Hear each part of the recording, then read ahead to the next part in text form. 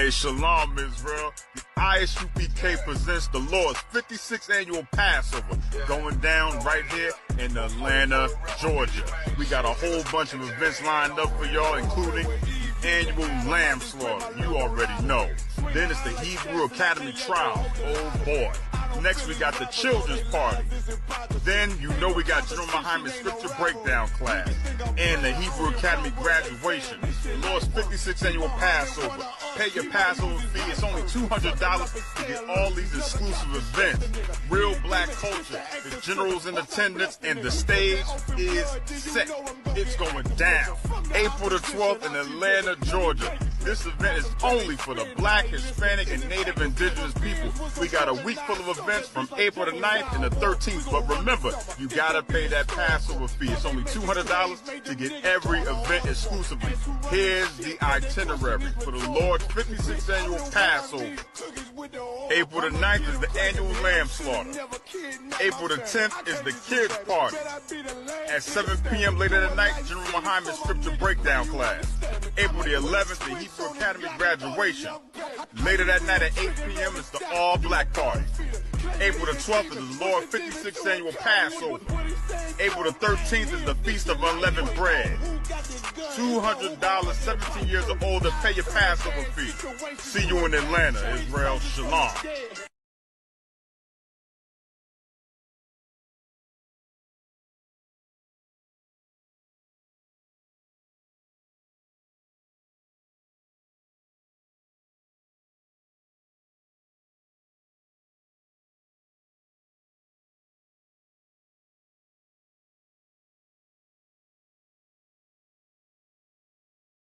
Hey, Shalom, Israel. The Isupk presents the Lord's 56th annual Passover going down right here in Atlanta, Georgia.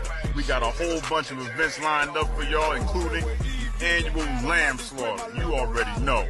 Then it's the Hebrew Academy trial. Oh boy. Next we got the children's party. Then you know we got General Muhammad's scripture breakdown class and the Hebrew Academy graduation. The Lord's 56th annual Passover. Pay your Passover fee. It's only $200 to get all these exclusive events. Real black culture. The general's in attendance and the stage is set. It's going down. April the 12th in Atlanta, Georgia. This event is only for the black, Hispanic, and Native Indigenous people. We got a week full of events from April the 9th and the 13th. But remember, you gotta pay that Passover fee. It's only $200 to get every event exclusively. Here's the itinerary for the Lord's 56th annual Passover. April the 9th is the annual lamb slaughter. April the 10th is the kids party. At 7 p.m. later that night, General Muhammad's scripture breakdown class. April the 11th, the Hebrew Academy graduation. Later that night at 8 p.m. is the all-black party. April the 12th is the Lord's 56th annual Passover. April the 13th is the Feast of Unleavened Bread. $200, 17 years or older, pay your Passover fee. See you in Atlanta, Israel. Shalom.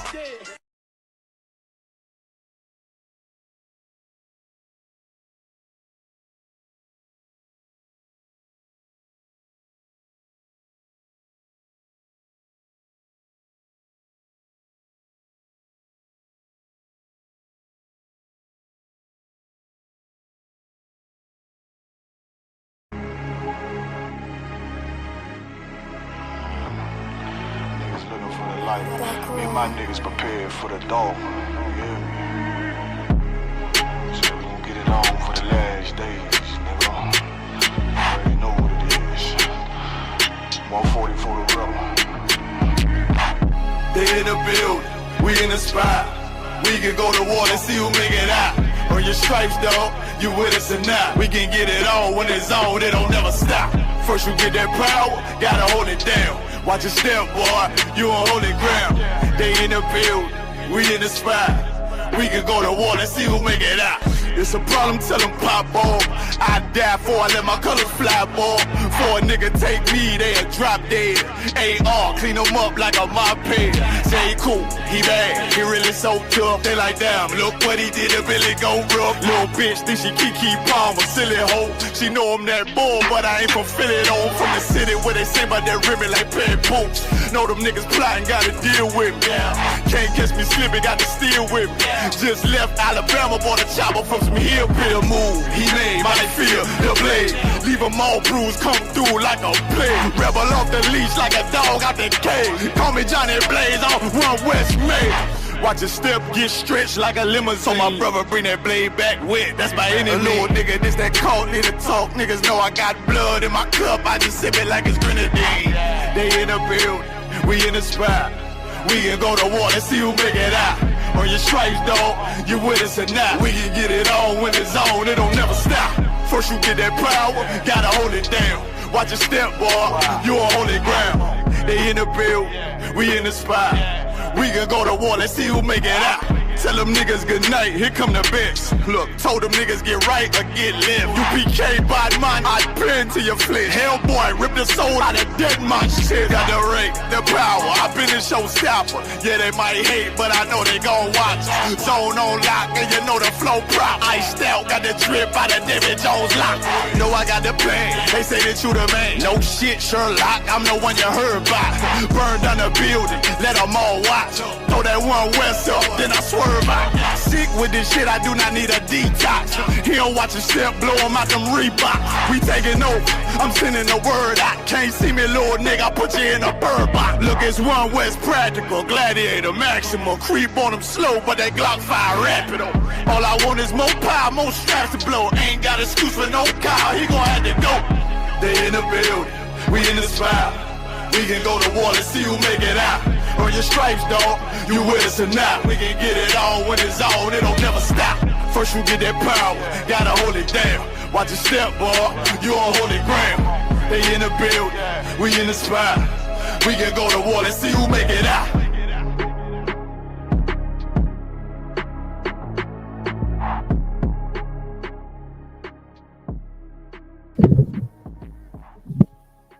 Check, check. 1 2 1 2. Testing 1 2. Clip that. Make sure the audio good. Make sure I can be heard.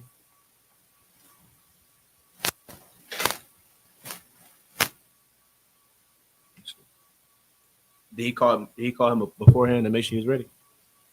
No.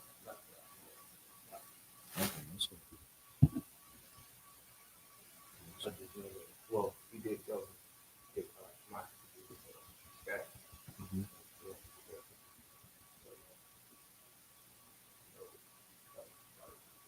It's all good. We'll sort it out. Testing 1 2 1 2. Let's see. It's all good. We'll sort it out. Testing 1 2 1 2. Some feedback somewhere. Is it is one of them other mics on? I don't know how to tell if this is. You see like lights on. You see like lights or something on it. Yeah. So when everyone says something, you can turn it on. For now, for now, just hold it to turn it off. Yeah. Yours on too. Turn it off. See that feedback though. Yeah. Yours on. Turn it off. See that feedback. Yeah. Yours on. Picking up something. See that feedback. Yeah.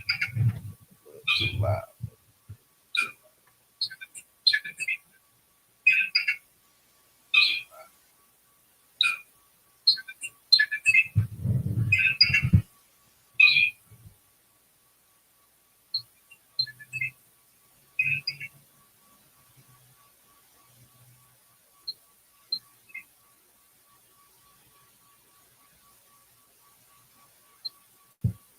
I think it's too like a little bit of feedback. I'll try to deal with later. All right, clap it up, clap it up. Most High in Christ, and Shalom. Yahweh Shema Shabrak a thumb. To all the brothers. Yahweh Shema the thumb by Shema shout out the sisters. Preaching officer Father Maya. Holding down the class tonight in Durham, North Carolina. You understand the Monday night class. Yeah, I mean, we gonna get straight into it, man.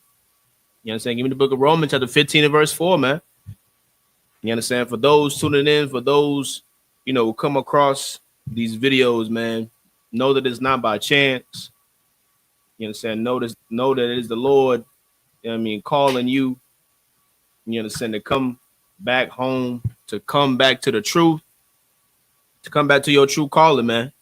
You know what I'm saying? The ISUBK under Commander Yana, we teach, as Officer Bankyard so eloquently puts, we teach daily life living skills, man. We teach you how to be an Israelite.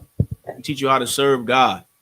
We teach you how you're supposed to live your life, the do's and the don'ts. And we dispel all the lies that have been proliferated throughout the earth to so-called blacks, Hispanics, and Native American Indians, God's chosen people. You understand? You are the real Jews according to the Bible. And God does love you and not these other nations, man, contrary to popular belief. You understand? And this Bible it's imperative that we study it. It's important that we read it. It's important that we learn it and apply it to our day-to-day life. Why? Because this is our constitution. This is our way of living. This is how you know right from wrong. This is how you know if you're doing what you're supposed to do in this world. But unfortunately, in the society that we live in, we have so many distractions that deter us from the goal that the Lord wants us to achieve, and that's perfection, man. That's serving him wholeheartedly. You know what I'm saying? With our whole soul, body, and mind. You know what I mean? But in the Israelite School Universe of Practical Knowledge, we've been getting back to that, man. We've been getting back to our roots. You understand? Embracing our power and applying this Bible and these laws, such commandments to our day-to-day life to change our people. Right? So when you get that, read it from the top. That's 24, right? No, Romans 15 and 4. Mm-hmm. This book of Romans. This is the book of Romans, chapter 15, verse 4. For whatsoever things were written aforetime were written for our learning. They were written for what? Our learning. You understand? What does it mean when they say aforetime? What are they talking about? For whatsoever things were written aforetime. So like it, sir. Yeah. In the Old Testament. Right. You understand? You know what I'm saying? This Bible, man. The Old Testament, the Apocrypha. You understand? This Bible was written by our forefathers, and it is a blueprint on how we get out of this hellhole. So, Lockie, what was the chapter again? Romans 15 and verse 4. Right. This is our blueprint on how we get out of this hellish condition, man. This is our blueprint. This is our ticket out of here. This is our golden ticket. Y'all ever seen Charlie and Chocolate Factory? Okay. Man, Charlie was suffering, boy, living in poverty. You understand? His life was hell. He got that golden ticket, and he like, ooh wee. You understand? We moving on up. Little did he know he was gonna get the whole chocolate factory, but he just knew his life was going to change. Right. He was gonna do something he had never done before. You understand? Well, this is our golden ticket, man. This is our ticket out of this hellhole, man. This Bible. You understand? This book that's been in our faces, you know what I mean, our entire lives. It's on your grandma nightstand right now. It's on the back of all them seats in that church. You understand? But we don't read it. We don't know what's in it. You understand? We don't understand the importance of this book, and that's why we are destroyed. You understand? Read that from the top. Con is the book of Romans, chapter 15, verse 4. Mm-hmm. For whatsoever things were written aforetime were written for our learning. Were written for our what? Our learning. Our learning, man. You understand? This is how you learn how you serve God. This is how you learn how to be an Israelite. This is how you learn who you supposed to love, who you supposed to care about. What should you spend your time doing? What should you concern yourself with? What should you look forward to? Who's your friend? Who's your enemy? Who should you spend time with? Who should you care about? What should you eat? What should you not eat? What should you drink? What should you not drink? What type of activity should you indulge in? What shouldn't you do? These are things that we learn growing up in this society, but we learn the standards and the structure from someone else's beliefs, from someone else's culture, not our own. Ask yourself, are you following what's in this Bible? Do you know what the Bible said you shouldn't eat? Do you know what the Bible said you shouldn't drink? Do you know how the Bible tells you to live your life? When the last time you opened it? You know what it's talking about. The people in it. Well, we have to be honest with ourselves and say we do not know. Because for far too long, we've been in these Christian churches, shucking, jiving, and dancing and singing, holding hands, while right outside those doors, our communities are destroyed. Right outside those doors, there's brothers and sisters strung out on drugs. Right outside those doors, there's sisters who are whoring themselves just so they can pay their bills, just so they can make some money to feed their children. Is that what God intended for us? Is that how God intended for us to live our lives? No, it is not. You understand? But we are in these hellish conditions and we are suffering the way we're suffering. Why? Because we have not been following God. Right. We have not been following this Bible and we have not been obeying our Father. You understand? But I'm here to tell you that your life can change. You can change that all around. You don't have to live that disgusting life you lived your whole life. You understand, Nadia? You don't have to live that life you've been living. You understand? You can change. You can be rehabilitated, man. The same way a prisoner can go to prison.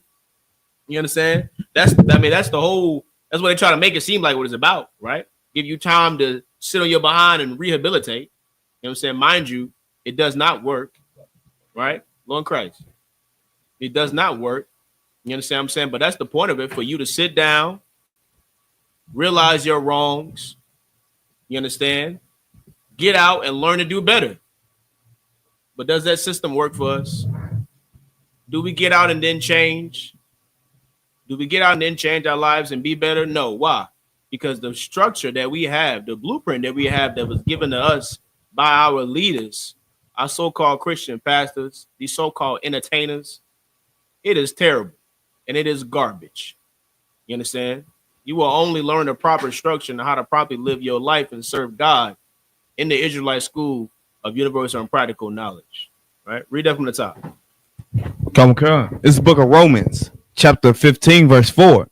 For whatsoever things were written aforetime were written for our learning. We're written for our what? Our learning. This Bible is important, man.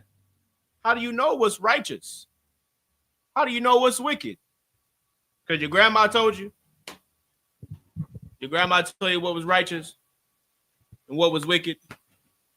She told you how to keep a man, huh? She taught you how to keep a man in the house. She taught you how to keep clothes on, how to be righteous, how to serve God. Of course she didn't, man, because she didn't know no better. Her mother didn't teach her no better. Oh, please. You understand? This Bible, the scripture said that this Bible was written for our learning, man. This is what we're supposed to study. You understand? Not the 48 laws of power. Right. You understand? Not Darwin's law or whatever. You understand? Not Newton's law. Right. It's something like that, ain't it? Darwin, that's his name, right? Y'all know who I'm talking about. One of them devils. Right. You understand? That's not what we're supposed to care about. We should care about what's in this book. But the problem is, we don't know just how much this book pertains to us. You want to know why we live the lives that we live and why we in the condition that we're in? Because we suffer from something called identity crisis, man. And we don't know who we are. And a person that does not know who they are can never reach their full potential. That's right. If you don't know who your forefathers and your foremothers are, how can you ever reach your full potential? If you don't know the type of blood that runs through your veins, how could you ever strive to be better? If you think you just come from drug addicts and gang bangers and thugs and killers and the whores, well, subconsciously, that's all you're going to think you can amount to be. We're so destroyed in this place that being the first in your family to graduate college is one of the biggest achievements in the black household. And that is sad. That is sad. That shouldn't be one of the biggest achievements. It should be, I'm serving God. I'm righteous. That's right. You understand? I'm not a whore. I'm not on drugs. But we don't understand the value in that because we don't understand this Bible. Read it from the top. Come on. It's the book of Romans, chapter 15, verse 4. For whatsoever things were written aforetime were written for our learning. Read on. That we through patience and comfort. That that word say? Say we? That we through patience and comfort. Through what? Through patience and comfort. You understand? Why patience, man? Because black people are tired of being destroyed, man. Right. We're impatient people. Why you think we want to sell drugs? Because we're trying to make money fast. Trying to get rich. Why do you think we out here scheming? Why do you think we stealing cars? Why do you think we doing all these things? Because we're trying to eat now. We're trying to get money now. We're trying to pay that light bill now. We're trying to pay rent now. We don't have patience. You understand? We don't have patience. Why? Because we are so oppressed in this place. We don't know what we're fighting for. We just fighting to survive. But little do we know that we need to fight to be righteous, man. We need to fight to serve God. And in serving God, you have to have patience. You have to be patient. Why? Because it's not going to happen on your time. It's not going to happen when you want it to happen. You understand? Read on. Patience and comfort of the scriptures might have of the scriptures. Of the what? Of the scriptures. No, of grandma's sayings. Of the scriptures. No, of philosophers. The scriptures. No, your Christian pastor. The scriptures. This is what we're supposed to lean on, man. This Bible. You understand? These laws, statutes, commandments in this book. You understand? Read on. Might have hope. Might have what? Hope. Might have what? Hope. Because don't black people need hope, man? Right. Aren't you tired of hoping that you just make it to see 21? Aren't you tired? We gotta be proud of. Oh man, I'm 25, man. I ain't got no kids, man. You understand? How is that an achievement? Why is that frowned upon? Oh man, I'm 21, man. I ain't, you know what I mean? I ain't dead. I made it. It's an achievement. You know what I'm saying this to live to be 21, man. Because we so destroyed in this place. What about the kingdom of God? That's right. What about serving the Lord? What about Christ coming back with those 200 million angels and overthrowing this God-forsaken kingdom? What about that? That's what we should be hoping for. You understand? Is that it on that? Come on, sir. All right, read it from the top one more time. It's the book of Romans, chapter 15, verse 4. For whatsoever things were written aforetime were written for our learning, that we through patience and comfort of the scriptures might have hope. You understand? Now drop that, right? Drop that, man. We're gonna get into the topic. You understand? Today we're gonna be talking about angels and demons, man. We're talking about angels and demons, man. You understand? We're gonna start at in the book of Isaiah chapter 45, verse 7. For starters, anybody got any questions? What's going on, Killer? Yes, Lucky. You can speak up for me, okay? I got to speak low. Yes, Lucky. I was gonna ask, is spirituality bounded by any dimensional axes? Is spirituality what? Bounded by any dimensional axes. Now, for me, right? I'm gonna be honest. I'm not a 501. So for me, you're gonna have to break that down into plain English. I don't know what the hell that last word means you said. All right, con. Dimensional axes would just be the measurements or coordinates following dimensions. So like, yeah, as we reside into the third dimension, basically, right, I'm asking if our spirits are also bound by this said third dimension. Are our spirits bound by the third dimension? Is that what you're asking? Yeah. Do they have limitations from to the third dimension? It's like, can you jump into the fourth dimension? Since we can't perceive it as humans. But you can in a Marvel movie, right? In the movie, I'm unaware. In the movie, you can jump in the fourth in a different dimension, right? You go through a portal. I don't know. And be somewhere else, right? You don't watch Marvel movies? I don't do Marvel. You don't do Marvel? No, But you do anime, right? I don't know. Once again, I'm just saying. Goku use what's it called? Where he put his fingers on his head and he teleport. Teleportation? Yeah. Yeah, that's different. Yeah, he's not going to a transcendent place.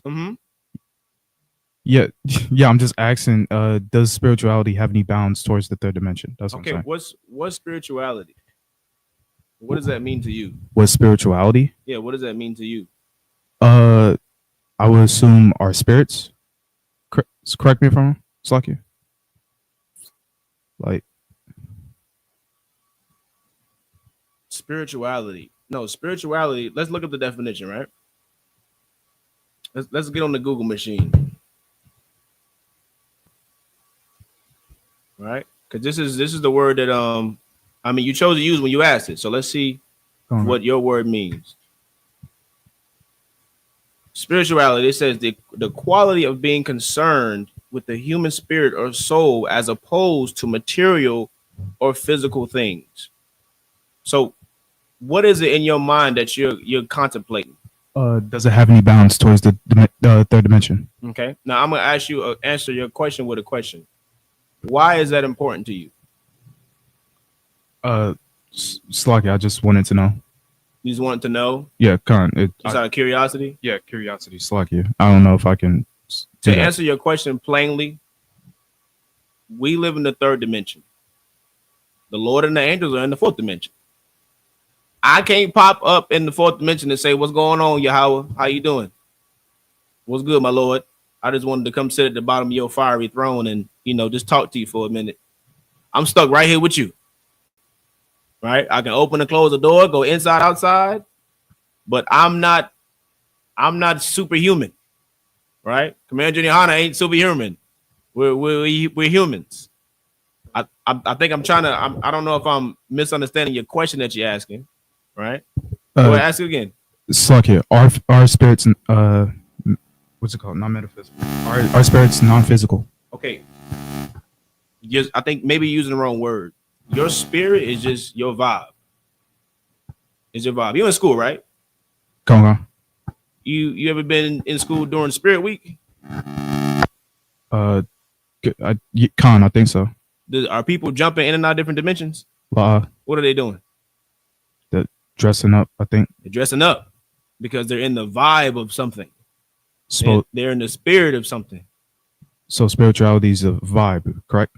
Spirituality is what you choose to serve, what you choose to push through the earth. Yes, your vibe. Your spirituality in here, we are what? We are Israelites. So we push these laws, statutes, and commandments. We push this Bible. That's what we push. I'm not sure what you're trying to compute in your mind when you say is it bound to what'd you say to what again? Dimensionality. Okay, I'm gonna help you out with something, brother. A lot of the things you concern yourself with are just not important.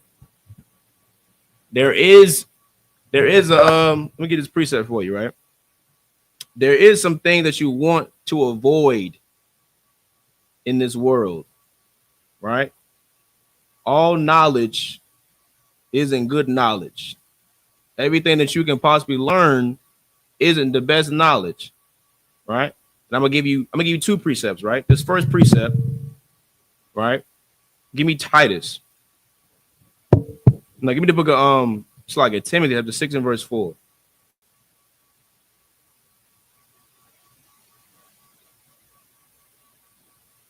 And I'm not saying this to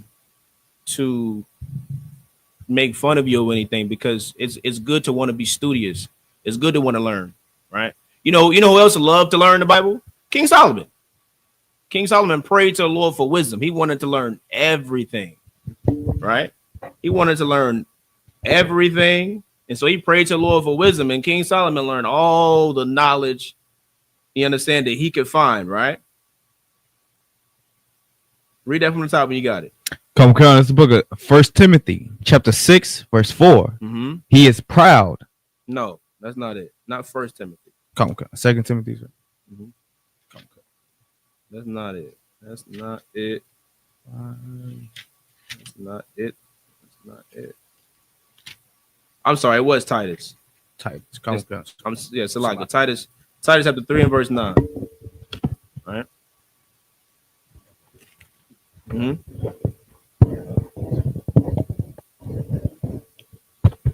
It's the book of Titus, chapter 3, verse 9. Mm-hmm. But avoid foolish questions. But avoid what? Foolish questions. You understand? A lot of times, the type of things you want to understand it's not worth understanding, brother. I'm just be honest. As Black Hispanics and Native American, as long as I've been in this truth, that's not a question of. It's not a question of value. It's not a question that will change our conditions as Black people. You know what I mean? Me concerning myself with things like that is not going to stop the brother right outside from smoking crack. It's not going to get him to understand that he's an Israelite. You understand? Like conversations like, is the world flat or is it round? Why are we talking about that? Can we focus on Black people getting off crack? Can we focus on Black people stop voting for a system that is, showing us it's never done nothing to us? You don't want to concern yourself with with foolish things. You understand? Now, y'all give me Ecclesiastes 12 and 13. Right? Read what you got from the top on. Okay. This is the book of Titus, chapter 3, verse 9. But avoid foolish questions and genealogies and contentions and strivings about the law. And what? And strivings about the law. You understand? Like, the society that we live in, brother, it causes us to seek a lot of knowledge that doesn't mean anything. Like, a lot of times you can be asking questions and inquiring of information, kind of like how a Edomite would, or like a heathen would. A heathen doesn't understand the spirit behind his Bible. So they want to deal with, the quantum physics and the numbers and the math and all that stuff. When that ain't what this is talking about. This is talking about blacks, Hispanics, and Native Americans are God's chosen people, right? And as blacks, Hispanics, and Native Americans, right, our job is what? Read what you got from the top, Nadia. This is our job. This is what we're supposed to do, right? This book of Ecclesiastes, chapter 12, verse 13. Let us hear the conclusion of the whole matter. Now, this is King Solomon. King Solomon learned all the knowledge he can learn on the earth. He read all the books. He studied all the nations. He inquired of God of wisdom, and the Lord gave it to him. Now, he's saying, here's his synopsis of everything that he learned. All the knowledge that he obtained. All the questions that he had that he got answered. Read from top. This is a book of Ecclesiastes, chapter 12, verse 13. Let us hear the conclusion of the whole matter. Fear God. What's the most important thing? Fear God. What's the most important thing? Fear God. Read on. What is fearing God? Let's start there. Slack it, sir. No, lie. What is fearing God? Shema Debar.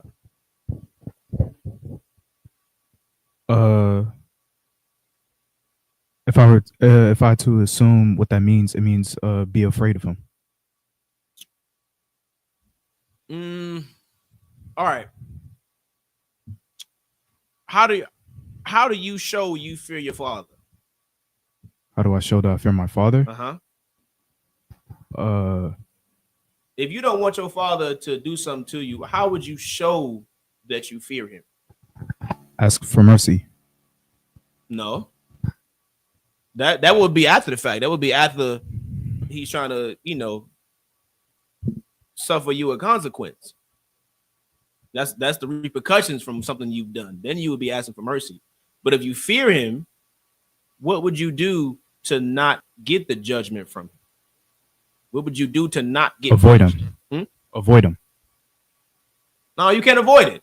It's unavoidable. You live with him. You gotta go home. you can't avoid it, right?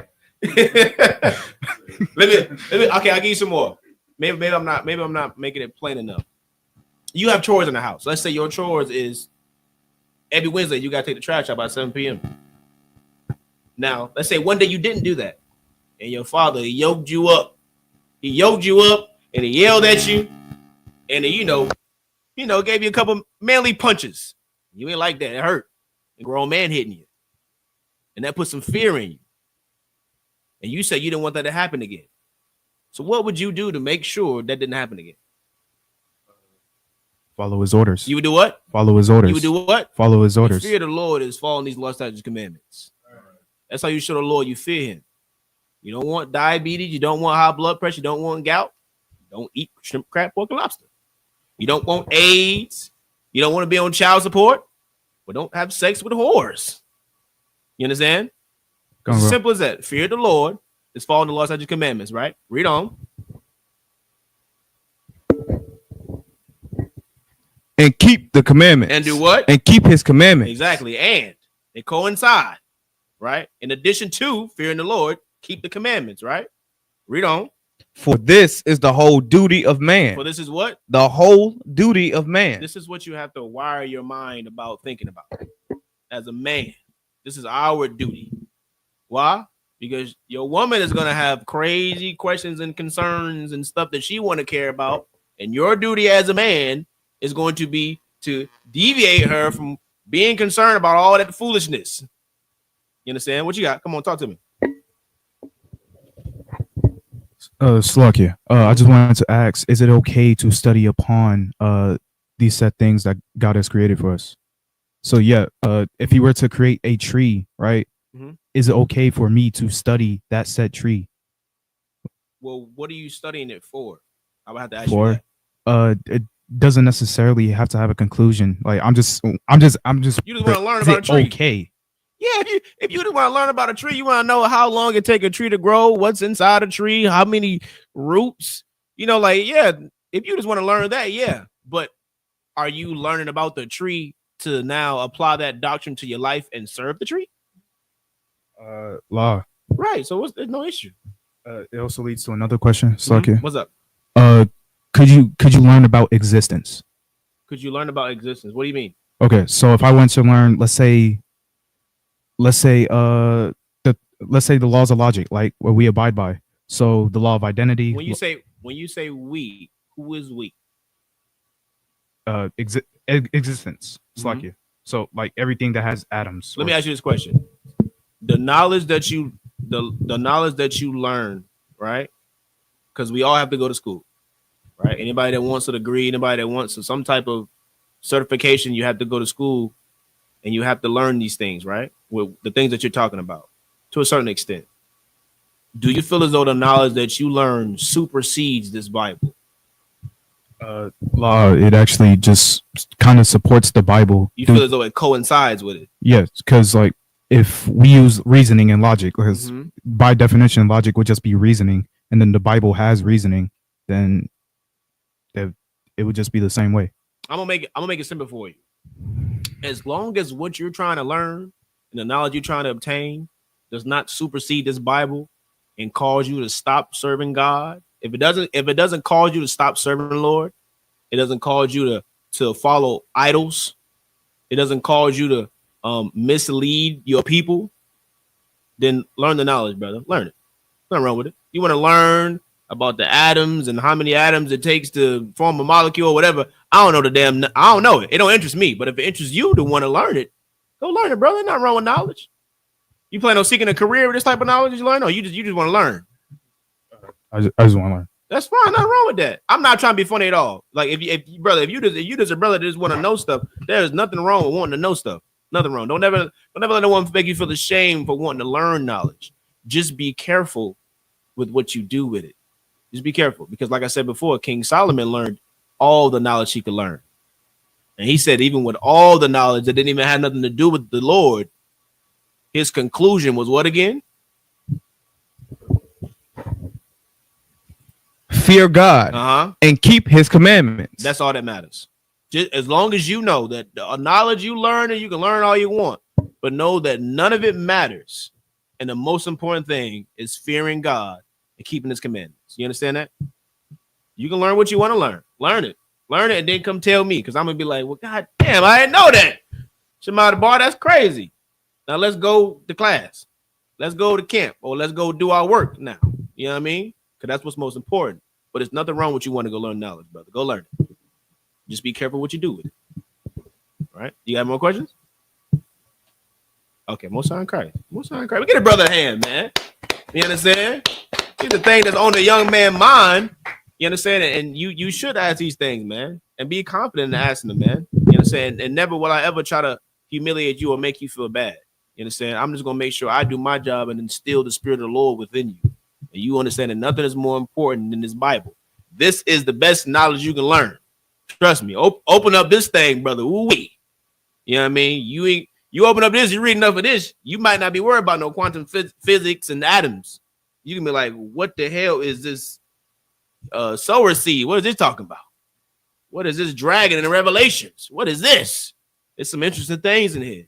If you open up and read it, you'll find some interesting things, right? Any more questions in the classroom? Any questions online as well? Just type them in the chat. You understand? I'll do my best to answer them the best I can. Kind of what you got? So, like I said, I did have a question in the book of Nahum. I believe basically it was like referring to fir trees. I just didn't understand like exactly like what the fir trees were. Well, let's go read it. Let's see. Okay.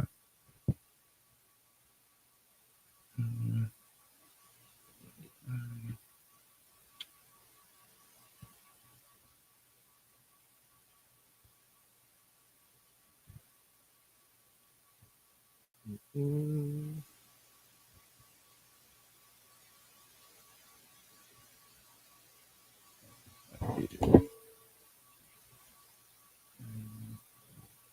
right, I want to get the brother one more precept too, right? Give me Ecclesiastes 12 and 12. Hold on. Well, Nadia, read that. Come. Okay. It's the book of Nahum, chapter 2, verse 3. The shield of his mighty men is made red. Mm-hmm. The violent men are in scarlet. The chariots shall be within flaming torches in the day of his preparation. Read up a verse. Verse 2. For the Lord hath turned away the excellency of Jacob, as the excellency of Israel. Where you at again? Nahum, the book of Nahum, chapter 2, verse 2. 2 and 2. Okay, you go ahead. For the emptiers have emptied them out, and married their vine, and marred the vine branches. Verse 3. The shield of his mighty men is made red. The violent men are in scarlet. Have been shall be with flaming torches in the day of his preparation, and the fir trees shall be terribly shaken. That's it, sir. It's clearly a prophecy. Come. You can tell when it's saying shall, right? But this is what we're gonna do. We gotta get this with Cap tomorrow. Come, right? You know what I mean? Because I'm curious myself. All right, so save this for Cap tomorrow. You know what I mean? Lord Allah, we'll get that answer. Come. All right. So this jot in your notes to the side. But read what you got, Juan, for the brother. It's the book of Ecclesiastes 12 and 12.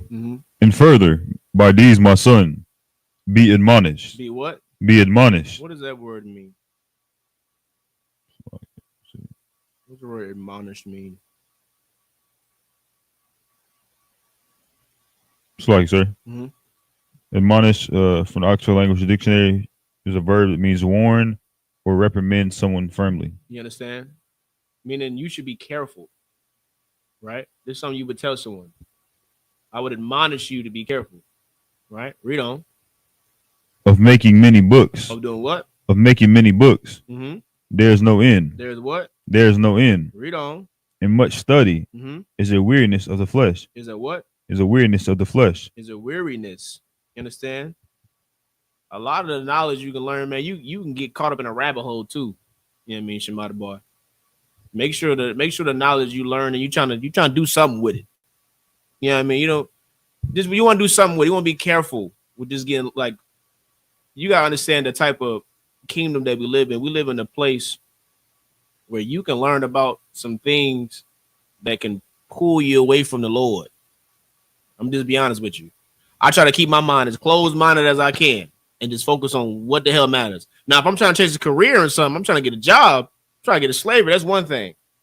But just be careful. I don't want to tell you can't learn everything because, that would be wrong for me to tell you that. But just be careful. Be admonished, right? Taking into consideration why you're trying to learn these things. Why does it matter? Because subconsciously, you could be trying to make it more important than this book. You understand? And the scriptures say, none shall be her mate. There is no book. There is no knowledge that can match this Bible. Right? I just want to make sure I said that too, right? But yeah, still I get naughty up. Yeah, that's all that for Cap tomorrow. All right. Any more questions online or in the chat? All right. If not, let's go to the book of Isaiah, chapter 45 and verse 7, right? Book of Isaiah, chapter 45 and verse 7. Come. It's the book of Isaiah, chapter 45, verse 7. I form the light. I do what? I form the light and create darkness. I make peace and create evil. So what you gotta understand is the Lord, right? This is the Lord speaking, right? And read on. It says that again. Read on. Come. And make peace and create evil. I, the Lord, do all things. Salakia, do all these things. The Lord does all these things, right? And it's important to understand that, because there's a common misconception in the Christian church that that Satan and demons are against God. Y'all ever heard it before? Something y'all ain't heard before. There's a common misconception in the Christian church that the angels are against God, right? Satan is against the Lord. Well, that is not true at all, right? And we're going to dispel these lies today, right? Read it from the top. It's like, what you got? Basically, I was going to ask, like, how is it? How can they like make up a conclusion in their mind? Like, even the Bible doesn't say like the devil is going to fight with the Lord. Like, I just don't understand the Christian mind. So because they it's good that you don't. I'm gonna be honest. It's good that you don't understand it. You understand? But we follow leaders in this place that like to philosophize the scriptures.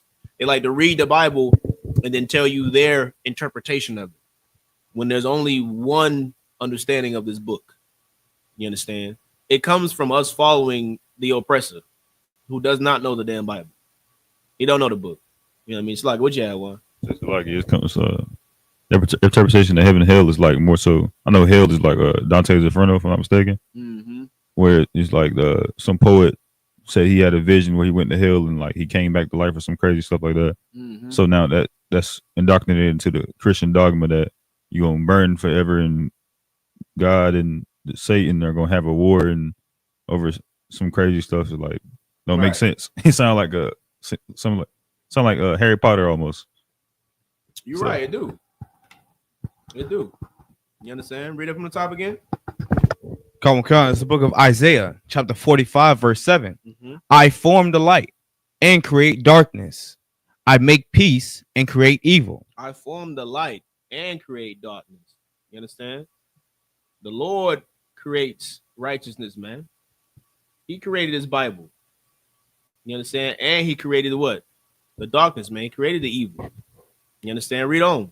Come on. I make peace. He does what? I make peace. Read on. And create evil. And create evil, right? You understand? Read on. I, the Lord, do all these things. You understand? The Lord does all these things. For starters, we have to understand who is in control. You understand? For you to understand that it isn't the Lord against the angels, it isn't Christ against Satan. You understand? The Lord is in control of this show, man. He's running this show. He's in control of this movie. You understand? He's always been in control. He's never not been in control. This isn't a Hollywood film. You know what I mean? Hollywood love to make things out to be a battle. But what's one thing? The biggest thing they love in Hollywood, they love doing what? Aliens coming and invading the earth, taking over the planet. They love extinction movies. They love talking about it. Why? Because subconsciously, the oppressor knows that his time is going to come to an end. He knows that his world and his kingdom is going to end. That's why he loved to talk about it, right? He even had that movie. What's the movie? I think it's called Legion. I don't know if y'all seen it. Come on. You seen that movie? Come on. It's actually a pretty good movie. I like the movie. Yeah, it's kind of dope. It's actually really dope. You know what I mean? The concept that it had was pretty interesting. About the demons and how they were trying to do all that just to kill that damn child. You understand? And what was the cat? What was the cat name that lost his wings and then got him back again? What was his name? It's like I believe it was Michael. If I'm not mistaken. I think Michael was the one I think Michael was the angel that was chasing him. Or was that Gabriel? That might have been Gabriel. Yes. He was Michael. Right. Come on. You understand? Like Esau, they don't understand this Bible, man. They read this Bible and they don't know what the hell it's talking about. For one, they made the movie it's white angels when we know good and damn well that the scriptures say they black. You understand? It's all white characters. You understand? Well, we know for one that they black, they niggas. Yeah, come on. Scriptures say they sparkle like polished brass. You understand? Like it's a facade, man, and they don't understand this Bible, and that's why you have to learn it from the true priests and prophets, man. You understand? So for starters, you have to understand what? You have to understand that the Lord runs the show, right? Give me Job chapter 1 and verse 6. Right? Book of Job chapter 1 and verse 6. Everybody know about Job, right? Everybody know about Job. You understand? But let's dive into the story a little bit. What you got, bro? Did it say that the Most High created all? What do you mean all? What do you think is missing? Tell me what you think is missing. Slucky, I don't think it's missing. I'm just wondering if that statement is literal. Well, what would it mean if it wasn't? What would it mean if it wasn't? When you say literal, you mean like, are you saying that because it literally didn't say all, that the Lord didn't create something? No, Slucky. I'm saying, did it literally mean all? I'm putting that into question. It didn't say all though, did it? Read it from the top again. This is the book of Isaiah, chapter 45, verse 7. Mm-hmm. I form the light. I do what? I form the light. Right. The Lord said he forms the light, right? And create darkness. And he creates darkness. I make peace. Uh-huh. And create evil. Mm-hmm. I, the Lord, do all things. It's like you do all these things. Mm-hmm. So what's your question? Let me ask you a question. Where's your Bible? Where's your book bag? You in Hebrew Academy. You got a whole book bag with a sword, apocrypha, a Zondervan. Where is your study material, future officer? You understand? You come to class. Now, I love that you're asking questions, and I encourage you to continue to ask them. But don't come to class anymore without your study material. Go on. I mean, you need your book bag. You need your sword. You just had it yesterday. I know you just had it yesterday. You know what I mean? Hebrew Academy. You know what I mean? Going to war, proving yourself to the Lord, right? Continue to prove yourself every day, right? When you come into this building, you know we gotta take what we do. We gotta take it serious. Our people depend on us. They need us. You know what I mean? Your brothers, your sisters. You know what I mean? People in the world that depend on us to raise them up.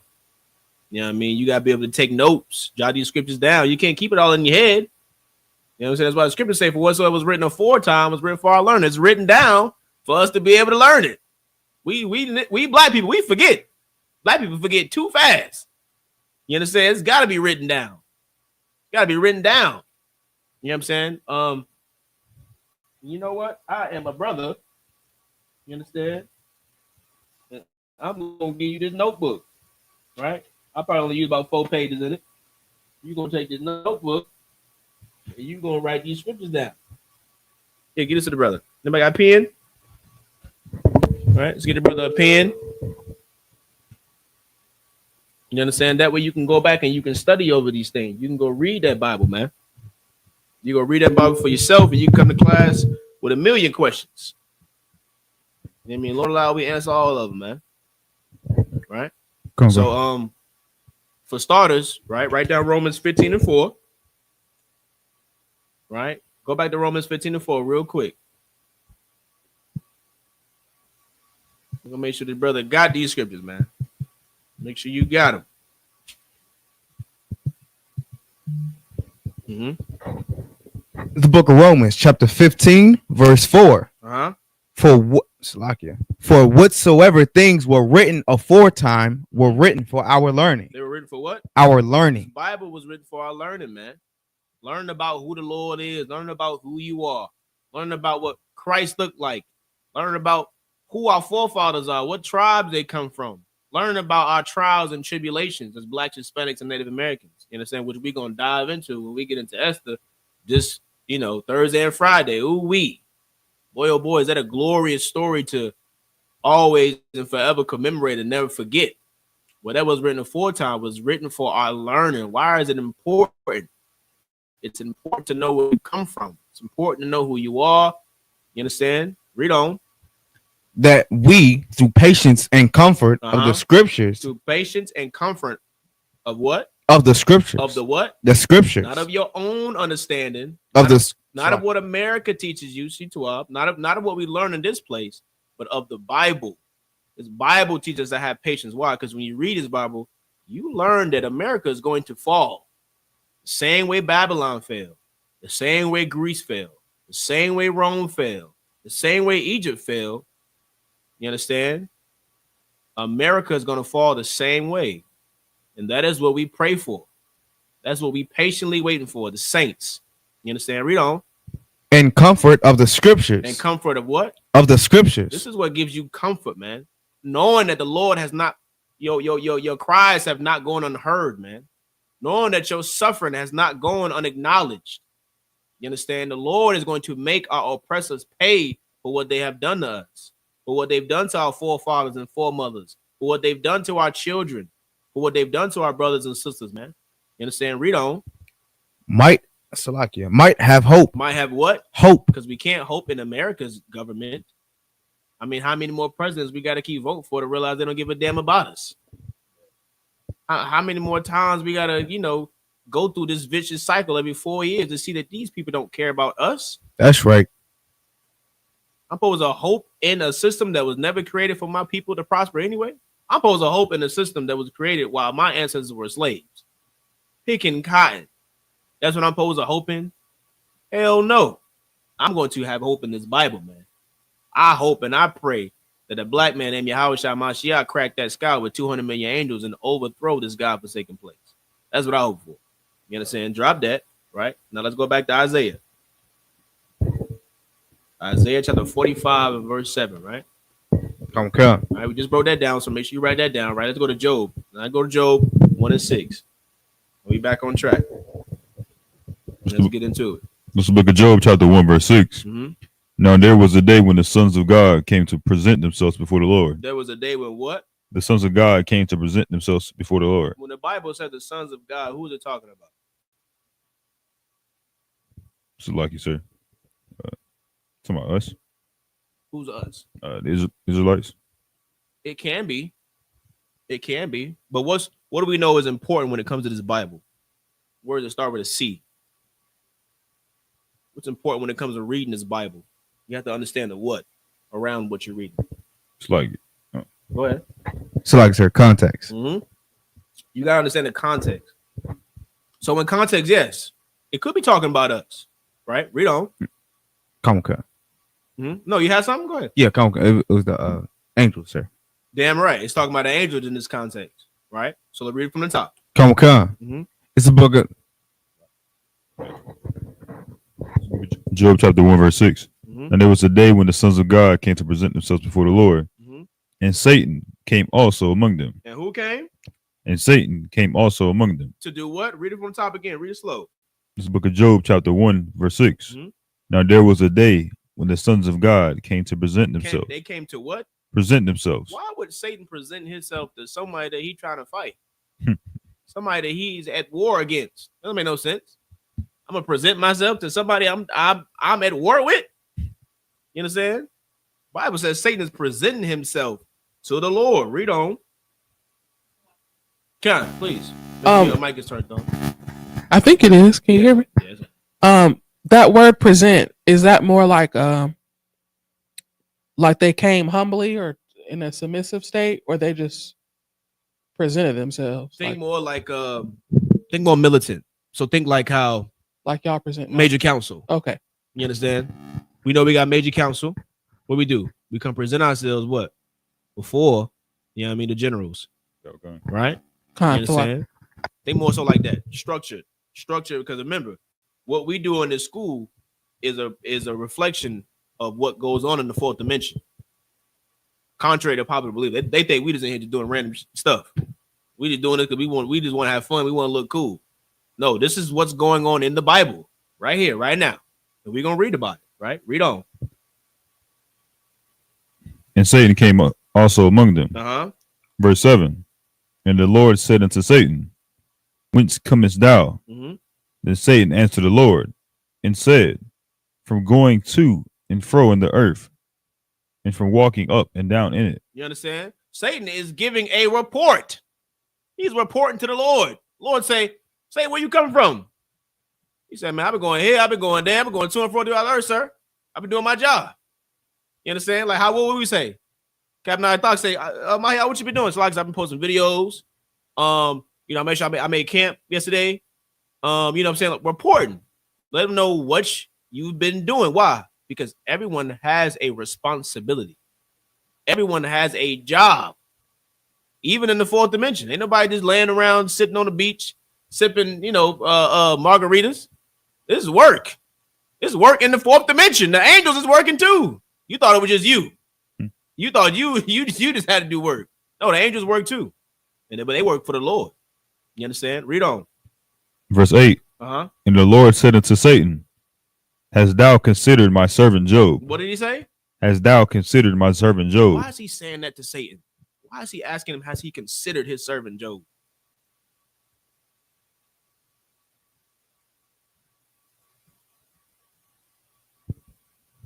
Yeah. Okay. Does it mean like he was observing him? What do you mean? Give me some more. Like when he was saying he was going to and fro, was the Lord asking him if he was like checking up on Job? Or like observing his actions or whatever? So let me rephrase the question then. Okay. Well, yes, that is true. The Lord is observing Job. The Lord has been observing Job, but why is he asking Satan that? Or I probably should just rephrase the question. What is Satan's job? That's what I should say. What is Satan's job? Anybody know what Satan's job is? It's like, sir, Mm-hmm. to tempt you. Damn right. You understand? Satan's job is to tempt people. You understand? And we know that what? We know that the Lord is a man of war. You understand? And he's put someone in the position to tempt you. It's someone's job to do it, right? Why is he saying that? Give me verse 1. Go back to go up to verse 1. Mm-hmm. It's the book of Job, chapter 1, verse 1. Uh-huh. There was a man in the land of Uz whose name was Job. I have no idea. We'll go with how you pronounce it. It's Uz. Uh-huh. I tell you, but some of these names, you be like, what the hell?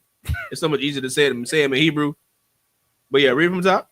There was a man, this book of Job, chapter 1, verse 1. Mm-hmm. There was a man in the land of Uz whose name was Job. Uh-huh. And that man was perfect and upright. And that man was what? Perfect and upright. And perfect just meaning what? How was Job perfect? So like it, sir. What you got? He followed the law, statutes, and command. That's it, man. That's what perfection is. Some people, we get so caught up in Christianity. People think perfection is not making a mistake, not tripling when you walk or something. You just flawless in that way. No, being perfect is following the law, statutes, and commandments of God, and that's what Job did. He was perfect in following God's law because that's what makes you perfect. You understand? Read on. And that man, I don't know, it's like it. And one that feared God and eschewed evil. You understand? He eschewed it. You understand? He did not put up with it at all. He avoided it, stayed away from it. You understand? The scriptures say what? We should live our lives circumspectly, right? You should be cautious. You should be very vigilant about what you do and what you entertain, because we live in a society where wickedness seeps through the very foundation. Damn near everything you do in this place, can be associated with some type of evil, with some type of wickedness, down to the days of the damn week. You can't even just, you can't even go through a day of the week without it relating to a pagan god. You understand what I'm saying? Like everything, this whole foundation, this whole infrastructure, this place is designed to be wicked. So you have to be careful and you have to avoid wickedness, avoid evilness, right? And Job did that very well, right? So go back down, right, to verse 7. Read verse 7 from the top. Okay. It's the book of Job, chapter 1, verse 7. And the Lord said unto Satan, whence comest thou? Mm-hmm. Then Satan answered the Lord and said, from going to and fro in the earth, mm-hmm. and from walking up and down in it. You understand? Giving his report, right? Read on. Verse 8. And the Lord said unto Satan, hast thou considered my servant Job, mm-hmm. that there is none like him in the earth? There's what? None like him in the earth. Read on. A perfect and an upright man, mm-hmm. one that feareth God and escheweth evil. We just read that in verse 1. The Lord been watching him. The Lord is watching you. Who told you serving God was going to be easy, man? The Lord's watching you, and he's asking Satan, well, have you tried that hardcore brother right there? Shoot, he served me. He feared me. He do what I tell him to do. Have you tried him? You say you've been doing your job. Why you ain't tried him? You understand what I'm saying? Why? Because the Bible says that God is a man of war. He wants to see you fight. You understand? He wants to see you fight. And fighting is something that as Blacks, Hispanics, and Native Americans, we have a hard time wrapping our head around that concept because we've been so destroyed and beaten down to a pulp that any type of form of retaliation is scary to us. It's scary. Y'all remember what it was like coming to the truth and telling your mother and father about what you do? You know, they damn near sound like slaves. Hey, white man, he gonna kill you. You gonna get hurt doing that stuff. What you got a story? Come on, man. Come on, man. Tell me something. It's a lot here. It's like basically as coming in, I'm like, we're talking to my uncles and things of that nature. Mm-hmm. Like I've had a few of them say like, nigga, Salakia about the language. It was like, Negro, you know you get killed for what you doing, right? Like you telling the oppressor he the devil. You standing out in that corner. You don't got no fear? Nah, no, I don't. Mind you, Sly, not to cut you off, but mind you, what you're saying is heavy. But mind you, they're not saying you're wrong. Right, come on. They're not saying you teaching lies. All they saying is you gonna die. Right. So then, because in their mind, it's not worth it. Come on. It's not worth the risk. Why? Because we lack courage, man. Come on. We lack strength. We lack, as men, we lack testicular fortitude. Right. We lack gumption. You understand? You like that word, don't you? Yeah. We lack gumption. I've listened to one of them big words. You understand? We lack strength, man. We lack confidence. We lack all these things. Why? Because we have been beaten down to a pulp. And any type of retaliation, we know we are going to die. Come on. When that is precisely what God wants you to do. He wants you to die. He's a man of war, as the Bible says. Right? Was that in verse 8? Come on. Oh, I'm sorry. Did you have more to your story? Come on. Yeah, like, please. I'm down, sorry. I didn't mean to cut you off. Yeah. Down, like basically down like to the bottom. Like I have like, I guess like, I don't even know what they call themselves in the church. But my grandmother, she was a pastor. She was a what? A pastor. Sir. I think they call themselves pastor. I believe like a prophetess is what they called her. All right, that's great. Yeah. Okay. A prophetess. Yeah, I ain't never heard that one. I thought they didn't say pastor, but yeah, go ahead. She I guess it's like a graduation. I don't know what they got going on in there. But growing up, like I would see like certain things, like I guess a little personal, but growing up like in the church, there was a bunch of gay people there. Like my grandmother is a homosexual. Damn. Which is baffling to me, but it's not like surprising. Yeah. And her being a prophetess, and her like she knows what I do now. She knows that I teach the Bible. She knows that basically with everything I post on Facebook is correct. Like she even expressed to my mother, she's like, I don't even know why people get up under his post and try to argue with him because he's telling the truth. He's right. It's like he's telling the truth. I don't get no backlash from I ain't about to say what he's saying, but he's right. He's right. I don't get no backlash from her or like anybody else because if I say I have a precept to rebuttal to what you're saying, like what you telling me is void. I don't care about what you have to say. I just know that this Bible is the truth, and you can't fight me against that. Damn right. Get a brother hand, man. You understand? Damn right. You understand? I always love hearing our stories, man. We all got very inspiring stories, man. You understand? What's up, Juan? What you got? There's a lot. I'll say I got a little story too. It's like when I first came to the truth, my parents, it was around the time my mom's birthday was coming up. So you know how that turned out. She was like, right. On the phone with you. Where is my gift? She said exactly what she said to me. It was crazy. It was like she said, you know, my birthday coming up, this, and she tried to hit me with the birthday dinner thing. Like, you know, we ain't gotta go exactly on my birthday. She got a husband? Yeah, my dad. I never understood that. Yeah. You got a whole husband and you calling me to take you out to dinner. Call that Negro. Why I gotta take you out to eat? Yeah, she hit that, and then it was like from there, my dad hit me with some. So you don't love your parents no more because you ain't gonna celebrate your birthday. I'm like, pause. Like, so that group you in got you not loving your parents. I'm like, bro, what? We're trying to play on your emotions. Yeah. You know, they're playing a violin, trying to break you. You don't love me no more, son. You don't love your mama no more. My family know. I ain't got the same story y'all got. I'm sorry. My family know I'm cold as a steel brick. Don't call me. I'm gonna hurt everybody's feelings. I'm gonna be honest with you. I'm just a bit different. I'm gonna hurt your feelings. Don't call me and ask me about nothing. You know what I mean? But the Lord wants you to be tested, man. You understand? Was that the end of verse 8?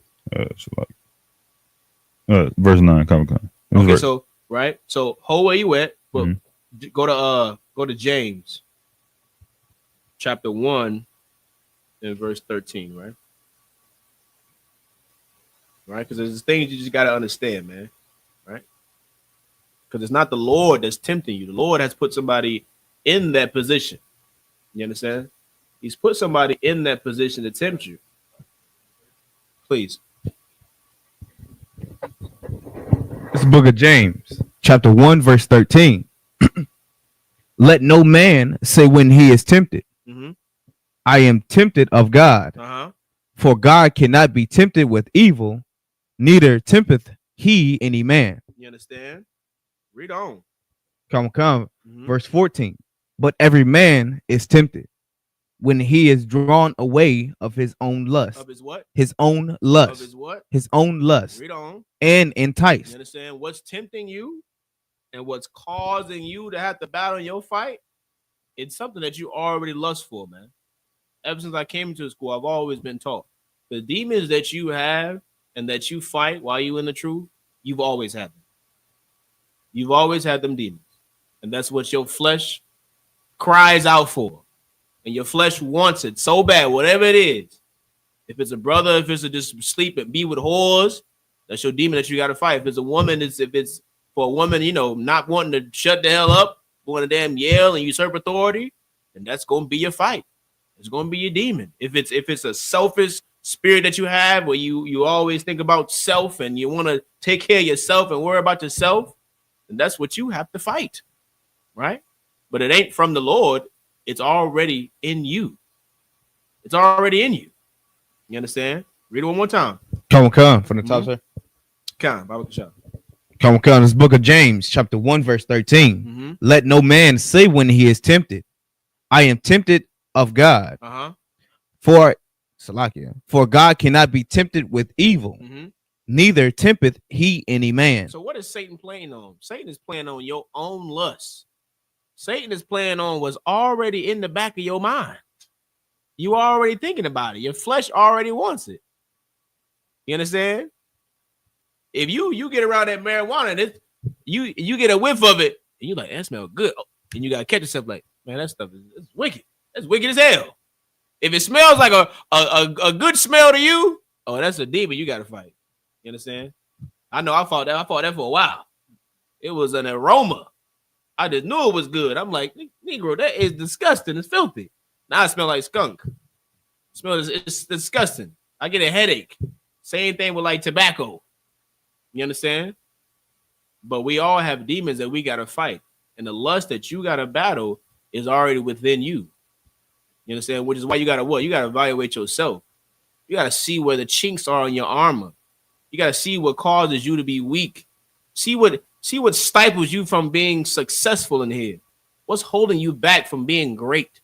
What's holding you back from being amazing? You got to evaluate yourself. You understand? And as brothers, it is imperative, man. It's important. It's life or death that we do it. Why? Because we got to raise up women. We got to raise up children. You understand? We have no choice but to be strong because the nation is on our backs. We don't have time for weakness. We don't got time for games. We don't. Whatever the hell it is we fighting, you got to fight it, get over it, and keep it pushing because a sister needs your help. A child needs your help. That brother on crack in the streets needs your help. You understand? Drop that. Give me the book of right, go to Exodus real quick. Exodus chapter 15 and verse 3. You understand? Because these are certain concepts, these are certain things that you have to understand when it comes to serving the Lord, man. You understand? The lust that's in your mind has always been in you, man. It's always been what you've been fighting. You understand? Always been what you've been fighting, and you have to keep fighting it, man. All right? When you get that, read it from the top. Come. It's the book of Exodus, chapter 15, verse 3. The Lord is a man of war. The Lord is what? A man of war. He's a man of what? Of war. No, of hugs and kisses. Of war. No, of kumbaya. War. You understand? War, man. The Bible said the Lord is a man of war. Well, what happens in war? Y'all seen movies. We've all seen some type of war movie. People die. People die on both sides, man. There's casualties on both sides of the field. There's death, there's killing, there's wins, there's losses. The Lord is all about it. He's all about warfare. So guess what? As soon as you wake up, your life is about warfare. As soon as you wake up. Soon as you wake up, Satan right there in your ear. You understand? With whatever the hell you lusting for. Right there. Whatever you fighting against. Every day of our life is a fight. Why? Because the Lord wants to see you win. He wants to see you win. He wants to see you fight the same way what? He wanted Job to be what? To be tested. He wanted Job to win.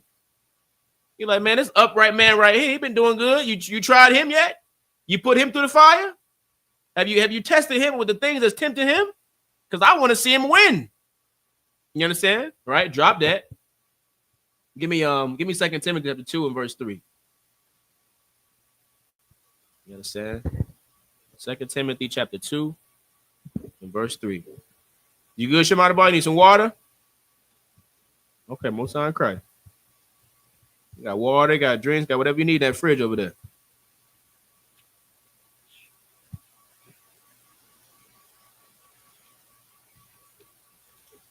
Got whatever you need in that fridge over there.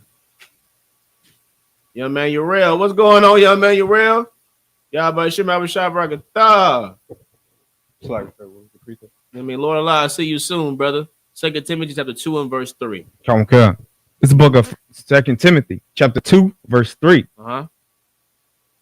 Thou therefore endure hardness. Endure what? Hardness. Endure what? Endure hardness. You know what I'm saying? Life ain't about, being weak, man. We got to be strong. We got to be strong. And black people know how to be strong, man. We know how to be strong. We've suffered at the hands of this oppressor for more than 400 years. We've suffered even before that in this Bible. We even when we're under these wicked nations, man, we know how to endure hardness, man. We know how to be strong. But the Lord requires you to be stronger. The Lord don't want you to just get by and just make it. You ever talk to a brother and a sister, you say, what's going on, brother? I mean, I can't call it, man, day by day. I'm just trying to make it. You know what I mean? We say these little things, but it's a sign of, damn near accepting defeat. We know we like lost. We just doing the best we can. It's like, we got to be stronger than that, man. I thought our brothers in school, what's going on, brothers? What you doing? Hey, man, just sharpening the sword. Just sharpening my sword. You know what I mean? Trying to go get some more brothers in the school. You know what I mean? Trying to go get some more troopers. Trying to go find some more sisters. We ain't here trying to conquer. We ain't here trying to be better. Supersede, you know what I mean, expectations. You know what I mean? Read on. Come on. As a good soldier. As a good what? A good soldier. As a good what? A good soldier. A soldier follows orders, man. We got to endure hardness as a good soldier, man. This is what Christ requires of us, man. You understand? Because we follow Christ, and Christ was a warrior. He wasn't no coward, man. Christ wasn't no pushover. You know what I'm saying? There was points in time where the disciples didn't even want to damn ask Christ questions. They didn't even want to get checked. They're like, damn, I didn't want to ask him nothing. You're going to check me to piss because I should already know this. You know what I mean? But we got to endure hardness, man, like a good soldier. You understand, Zayd, on that? Law, sir. Read on. Of Jesus Christ. Of who? Of Jesus Christ. You understand? Of Jesus Christ in the English, who we know is who? Yahweh Shai Mashiach in the Hebrew, man. Our King. You understand? Our King who we serve tirelessly, man, in him, man. You know what I mean? Read on. Come on. Verse 4. No, it's like it. Drop that. Now let's go to Ecclesiasticus. Right? Ecclesiasticus chapter 2 and verse 1. This is one of my favorite scriptures, man. One of my favorite scriptures, man. Everyone should have like a scripture that just get them locked in, man, or get them in tune with themselves. This is it for me. This one here. You understand? When you get that, read from top. It's the book of Ecclesiasticus, chapter 2, verse 1. My son, if thou come to serve the Lord. If thou come to do what? Come to serve the Lord. No, love America. Come to serve the Lord. No, just be in the church. Come to serve the Lord. You understand? Read on. Prepare thy soul for temptation. Prepare thy soul for temptation, man. You got to prepare yourself for temptation when it comes to serving the Lord, man. You got to be ready to endure hardness like a good soldier in Christ. You got to be prepared to go through something because Satan is coming to tempt you. You understand? Read on. Okay. Uh-huh. Verse 2. Set thy heart aright. Do what? Set thy heart aright. Right? Get your mind together. Get your mind together. Make sure this is what you want to do. Make sure this is the oath you're trying to take, because remember, the things that we do, it's not for men. We're not men pleasers in here. We're not respecters of person in here. That oil get poured on your head, brother and sister. You understand? What you do behind closed doors between you and the Lord. You understand? And he is going to make sure you answer for whatever the hell you is you're doing behind the damn closed door. You understand? So make sure you're enduring hardness. Make sure you're not being a coward. Make sure you're not being a disgusting, filthy Israelite.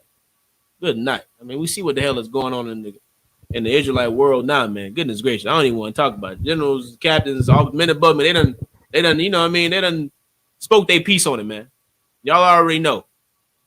Just make sure you're doing what you're supposed to do. Make sure you being one West. You understand? Make sure you serving the Lord. Make sure you're enduring hardness like a good soldier, man. You understand? Drop that. Let's go back to Job, right? Go to verse 9. Go back to Job. Let's get to verse 9.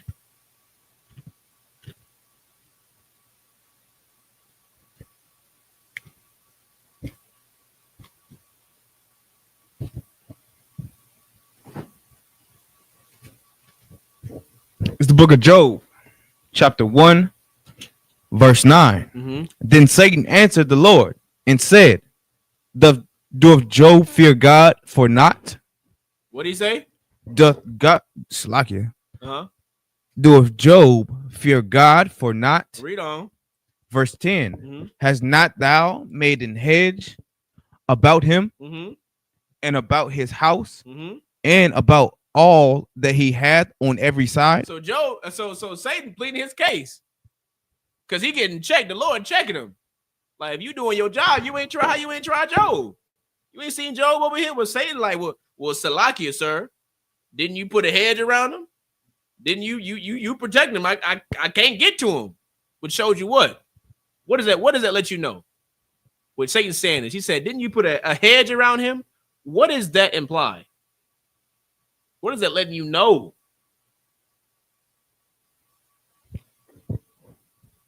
Slakia, sir. What you got? I guess in a sense, like the Lord is his protection, like protecting him as a father. Yes, he's protecting him, but what does it let you know about the? What does it let you? I don't want to give it to you. With him saying that, right? What lie does it dispel? What lie does it dispel by him saying that? It's like, sir, like that. Satan doesn't receive orders from the Lord. Satan don't do what? Receive orders. Satan can't do what he want to do. Right. He can't. He can't do what he want to do. Come he, on. He takes orders. He could not touch Job. The Lord put a hedge around him. He protected him. Salakia. What you got? I was gonna say it also dispels the notion that you can't be perfect. What you mean? Like perfection, because it was saying in the scripture. You said what we read earlier. Yeah. Damn right. Get us in the hand. You're right. Damn right. That's a heavy point. You understand? How could I forget to expound on that? Right? Being perfect is following the law, statutes, commandments. Y'all ever heard the term that perfect practice makes perfect? Come on. Doing what you're supposed to do. What you got? I guess it's like basically like I had a complete thought. Mm-hmm. What in the lamest terms? Yeah. As people would be like, I'm not perfect, or I can't be perfect, or people, period, can't be perfect. But then you have a quote like, practice makes perfect. If I'm practicing something to make it perfect, why are you telling me I can't be perfect in the church? Exactly. It's condescending. And that's what happens when you philosophize your whole entire life. When everything is about philosophy and, I interpret this to mean this, and I interpret this to mean that. And now, we all over the damn place. It don't make sense. Come on. What you said is heavy. It don't make sense. You understand? Because if I sit in the gym and I practice my jump shot like Steph Curry, and I don't leave that gym until I make 1,000 damn free throws, and then people are baffled as why this man is capable of doing what he's doing because he put in the goddamn work to do it. He ain't smoking a blunt before the game and saying, all right, let's go get to it. No, that brother put in the work to be the greatest three-point specialist of all time. He put in the work for that. He put in the work to surpass, Ray Allen's record. That's what he did. You understand? You can put in the work to be perfect. You got to fight your own mind. You got to fight yourself. Your biggest adversary is yourself. Understand that. You are what's holding you back from serving God. You are what's holding you back from serving the Lord. You. No matter your circumstances, no matter where you are, because the Bible says that we'll be able to serve the Lord wherever the hell we are. We don't have to be in Israel like some idiots think. Then we got to be over there in damn Israel just to serve God. No. You be able, wherever the hell you are, man, you can serve the Lord. You understand? But it's up to you to endure hardness like a good soldier. It's up to you to persevere. It's up to you to set your heart right, man. Get your mind right. It's up to you and no one else. Right? Read on. Come on. Verse 10 in the middle. Thou hast blessed the work of his hands. He's done what? Has blessed the work of his hands. And his substance is increased in the land. You understand? Satan saying, listen, man. So like it, sir. Of course he perfect. You done blessed him. You got a hedge around him. You know what I mean? You blessing his hands. Everything he put his hand forth to do, he multiplying and he doing great. Of course he gonna be perfect, sir. Of course he ain't gonna, disobey you. You know what I'm saying? Satan pleading his case because Lord making it seem like what? Saying you ain't doing your damn job. You supposed to be out here. You say you're going to and fro. Well, why you ain't tempting this perfect man over here? You understand? Why is Job not being tempted? And saying like, it's like it, sir, you to put a hedge around him. You protect him. I can't get to him. I don't have authorization to touch this man. You understand? Satan gets permission from God, Christian. Satan is an angel that serves the Lord. Satan is an angel that serves the Lord. They hold mine, they blowing up right now. What the hell is this man talking about? I know. The Christian pastor don't know what the hell he's talking about, man. He doesn't understand this Bible. You understand? Now, read on. Come on. Verse 11. But put forth thine hand now. What? Put forth thine hand now. Ooh-wee. Read on. And touch all that he hath. And do what? Touch all that he hath. You know what I'm saying? It's black talk, man. It's black talk. It's black talk. I put my hand on you, gonna feel this pressure. Black people, we talk funny, man. We talk funny, man. Black people say, I'm gonna lay hands on you. I'm gonna touch you. You know what I mean? I'm gonna hurt you. You know what I mean? He just don't talk like that. He said, put forth your hand. You understand? Read on. Come. And he will curse thee to thy face. You understand? What is he saying? Satan saying, let that car break down. Let it break down. Let his woman leave him. Let him lose that job. Let his friends go. Let that business he got that he built up from the bottom crumble. And he'll do what? What do he do? Curse him to his face. He'll do what? Curse thee to thy face. Job, like, man, that's all it takes. That's all it's gonna take, sir. You know what I'm saying? You don't protected him. You don't gave him his hedge. I ain't been able to touch him, but you let me do something to him. Let me take away that job. You know what I mean? Let me get his wife up out of there. Let me turn her into a damn dragon, a monster. You understand? Because when you make your life easy, Christians, right? Because Christians make what? Christians make it out to see like serving God is easy. It's so fun, and all you gotta do is go to church every Sunday, and all you gotta do is say, "God bless you," and praise Jesus, and the Lord got you. You understand? That Christian pastor, they're giving you false hope every damn day, and you lining his pockets with real money. He giving you false hope, and you lining his pockets up with real dollars, with your rent money, with your car payment, with your damn money to go in the house to feed your kids, and he giving you false hope. Oh, Pope, just pray over it. Just pray over it, sis. The Lord got you, sis. You understand? You come to Sunday service? Okay. All right. We ain't had a little private prayer in a little while. By the time you come see me. You understand? Disgusting, man. You know what I mean? Read it from the top one more time. Verse 11. Come on. This is the book of Job, chapter 1, verse 11. But put forth thine hand now and touch all that he hath, and he will curse thee to thy face. To thy what? To thy face. Satan saying, man, you let me touch what he got. Let me touch his belongings and his all the great things that he built. And he gonna say, man, to hell with the Lord. To hell with being in this truth. You understand? Read on. Verse 12. And the Lord said unto Satan, behold, all that he hath is in thy power. What did he say? Behold, all that all that he hath is in thy power. Read on. Only upon himself put not forth thine hand. He said, all that he hath is in thy power. Only before what? Only upon himself put not thine hand. What is the Lord saying? Salakia, sir. Don't kill him. Damn right. Salakia, unalive. Salakia. Damn right. You know, you two are. The Lord is saying, I said the water. I forgot we can't even say that no more. I'll be forgetting. I tell you, boy, that's crazy. This is crazy time we live in, man. It's a crazy time we live in. That's a whole topic for a whole nother, you know what I mean? A whole conversation for another time, man. But he's saying, don't unalive him. He's saying you can touch the car, you can touch his business, you can touch his cattle, you can touch his home, his belongings, but don't kill him.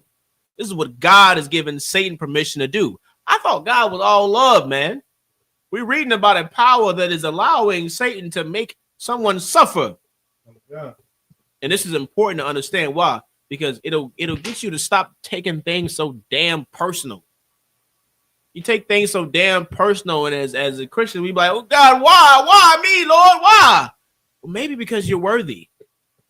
Maybe because the Lord want to see just how much you claim to love him. Maybe the Lord want to see just how far you're willing to go to prove that you're worthy of the damn kingdom. That you're worthy of this second chance, man. You think it's just going to come with ease? You're just going to walk in here and boom, you're righteous now. Hell no. The Lord wants you to fight. He wants you to go through something, man. He wants you to endure hardness like a good soldier. That's the best way to put it, man. Endure hardness. You understand? What you got? Salakia, if I could, sir. Basically, it's like a personal story. Like my uncle just recently passed, like last year. I'm sorry to hear that. In June 19th, I believe.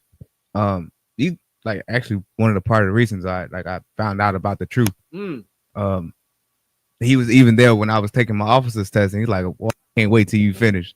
Like, and it is like I guess it was a little. He liked the truth. Yeah, come on. He just didn't like that we couldn't get along. Like he was listening to like IUIC. That's what he listened to. Oh, so he like, man, why y'all get along with the other Israelite groups? Yeah, right. Yeah. And it's sad to see like he fell for that, like the trick, basically.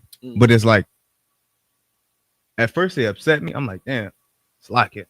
I was a little upset, and then I'm like, this is something I have to fight against myself to see like I'm in here for a reason. Like there's no reason for me to be upset that he's no longer here, but a reason to do better, because the things that he did do, it made me upset. And I'm like, well, you saying some motivational stuff, man. Like you know the truth. Like you can't dispel like you don't know, because you said you know. About it. Yeah, come on. Like you know what you're supposed to be doing, but the way he went, I was like, this was intended. That was for him. Is like that's what the Lord designed for him. So like it. Damn right. No, it's heavy, brother. What you're saying is heavy. You understand? Never take for granted being in this school, man. I know we for the little time we've been in here, it's hard to. It's easy to get complacent. It's easy to feel like, this is just how it's supposed to be. We are walking phenomenons. The lifestyle and the organization that we are in is not supposed to exist in this world. This wasn't birthed from America. Come on. This was birthed from God. You understand? This is from the Lord. The lifestyle that we live in this place is not supposed to exist. We're not supposed to be doing what we're doing with how the movement of this world is. That's how you know this is not of Satan. This isn't of America. You understand? This is of the Lord, man. Never take for granted what we doing here, and never take yourself for granted, man. Be proud to be an Israelite. Be proud to be up under this banner, because the world around us is crumbling. Come on. It's falling apart, man. And all we doing is getting stronger in here. You understand? Without my brothers and sisters in here, man, I am nothing. Without y'all, I'm nothing. You understand? I'm a piece of garbage without my brothers and sisters, man. We need each other, man. More now than ever. You understand? Come on. Verse 12. In the middle, only upon himself, Salakia, only upon himself put not forth thine hand. So Satan went forth from the presence of the Lord. Verse 13. What did he do? Went forth from the presence of the Lord. Satan said, Comic-Con. Better get right to it. Comic-Con, sir. I'm about to post some videos we just talked about. Comic-Con, sir. I'm finna go to camp. Kind of like being a soldier, we have to understand it. It comes from God, man. It comes from the hierarchy in the fourth dimension. This, like, the Lord did not give us the spirit of fear, man. That's what the scriptures say, man. You understand? If you feel fear, if you feel like you want to cower away, if you feel like you are afraid, know that that is not a feeling from God. That is a feeling you got from living in this place called America. God did not instill in us the spirit of fear, man. You understand? The spirit of the Lord is a courageous spirit, man. It's a mighty spirit. It is an extreme spirit, man. We are extreme in the Israelite school, a universal and practical knowledge, man. We are not weak in here. That's why the scriptures say, you know what I'm saying? I'm paraphrasing, but let them who say they are weak say they are strong, man. If you think you weak, say you strong every day. You wake up and say, I am strong. I'm not weak. I'm righteous and I am worthy. You tell yourself that every day. You do whatever the hell it takes to fight them demons, man. That's right. You do what it takes, whatever it takes, because the Lord is banking on you to win. He wants to see you win. You understand? Read on. Come on. Verse 13. And there was a day when his sons and his daughters were eating and drinking wine in their eldest brother's house. So drop that, right? We're gonna hold where you are, but we're gonna come back. Let's go to 2 Chronicles 18 and 18. Real quick, 2 Chronicles 18 and 18. That's the Old Testament.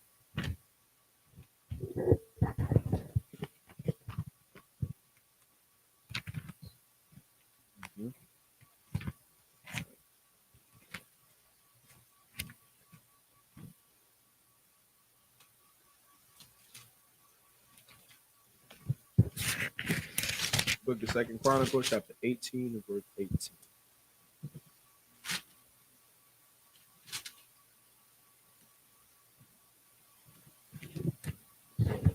Come. This is the book of 2 Chronicles, chapter 18, verse 18. Again, he said, therefore fear the word of the Lord. I saw the Lord sitting upon his throne, and all the host of heaven standing on his right side, Salakia, on his right hand, and on his left. Who's the host of the Lord? Salakia, sir. The angels. Damn right. You know what I'm saying? The host is his army, man. That's the Lord's army. You understand? Read on. Come, verse 19. And the Lord said, who shall entice Ahab, king of Israel? And that, Salakia, that he may go up and fall at Ramoth Gilead.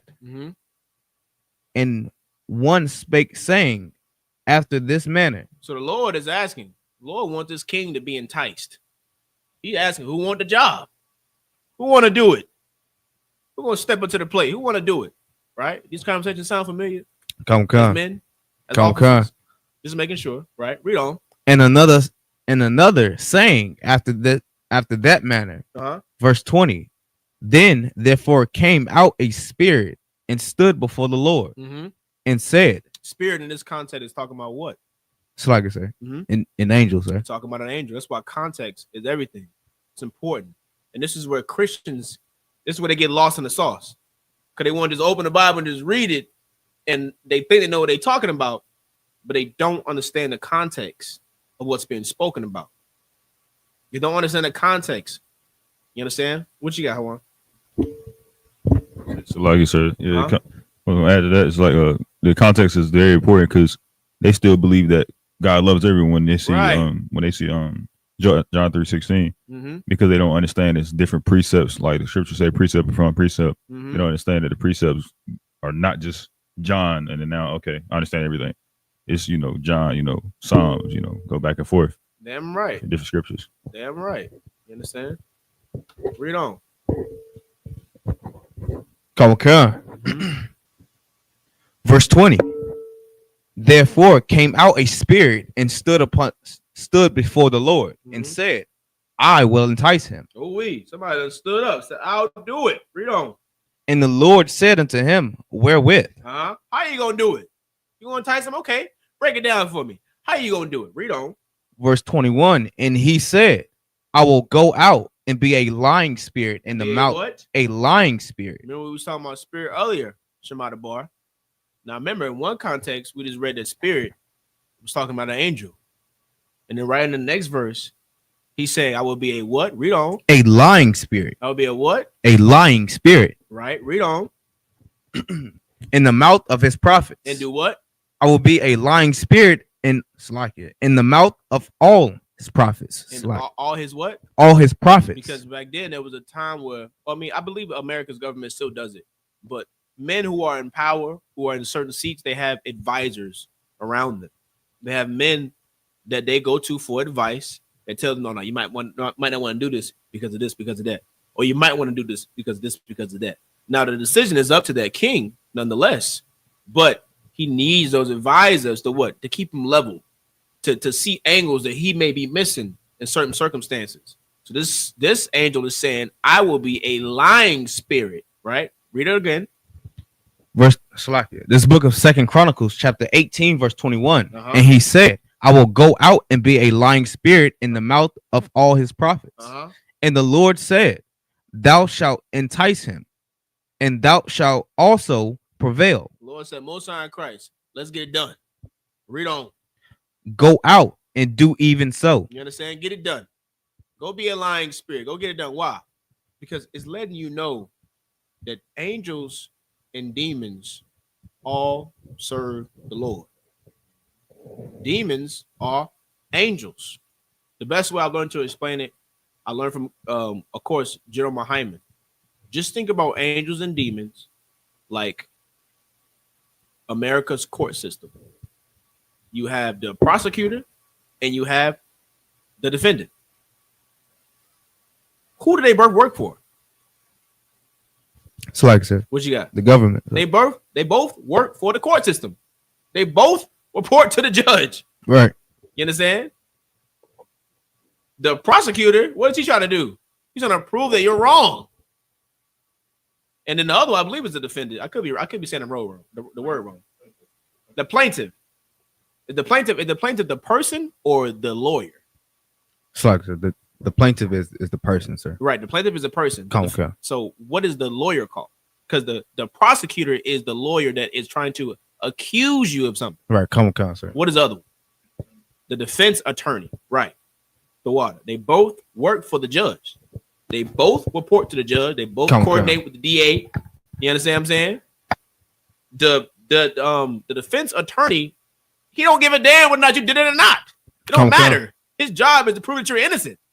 You can be guilty of whatever the hell it is you did, but his job ain't to care whether or not you're guilty. It's to prove that you're right. It's to prove that you didn't do it. While the prosecutor's job is to what? Prove that you did. Think about angels and demons in the same concept. Angel is trying to fight for you. And in your head, he's saying, don't do that. You know better than that. While that demon is playing on your lust. They're like, damn, I get this. All I got to tell her is sex is marriage. You know what I mean? We'll be all right. We'll work it out from there. You know what I'm saying? What you got? Huh? I know it's crazy. So like it's like you ever seen like a TV show and they had like the little angel on the left shoulder and the devil on the right shoulder? Perfect concept. It's the same thing. That's an excellent concept to think about. It's excellent, just like that. You understand? The same way. What? The same way. Remember with Moses. Remember the angel. I forget the angel name. But he was fighting with against another angel about what? About Moses' bones being brought into the promised land. Remember that was a battle. That was a court case about whether or not Moses should have been brought in or whether he shouldn't be brought in. You understand what I'm saying? Like there's a battle in the fourth dimension, the same way there's a battle right here with us. You understand? Life is about warfare, brothers and sisters. It's about war. You understand? And understand that the Lord wants you to win. Only you can make yourself lose. Ain't nobody holding you back but yourself. You understand? Don't blame God, which we love to do. We go through things. Why, Lord? Why me? Why this? Why that? Because you don't understand the power you serve. You don't serve no baby kisser. You don't serve somebody that love every damn body. No, you serve somebody that wants you to go through something. Wants you to endure. Right? Read on. Come on. Verse 22. Now, therefore, behold, the Lord hath put a lying spirit in the mouth of thy prophets, and the Lord hath spoken evil against thee. Right. So drop there. Of course, the Lord, you know what I'm saying, got what he wanted, right? Let's go to Ecclesiasticus 39 and 28. 39 and 28, man. You understand? It's important that we understand, you know what I'm saying, these scriptures and understand what's going on. I try to run through some more faster so we can get through a lot more. It's the book of Ecclesiasticus, chapter 29, verse 28. These things are grievous to a man of understanding. These things are what? Are grievous. Read on. To a man of understanding. The upbraiding of house room. You in Ecclesiasticus, right? Common concept. Okay. 39 and 28, right? 39. Yeah.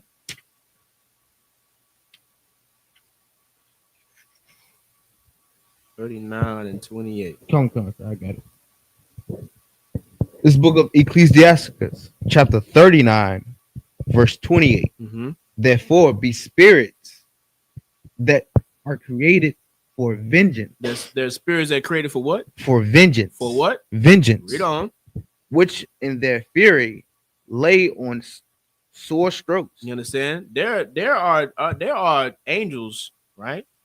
Who you would call demons that are created for vengeance, right? Read on.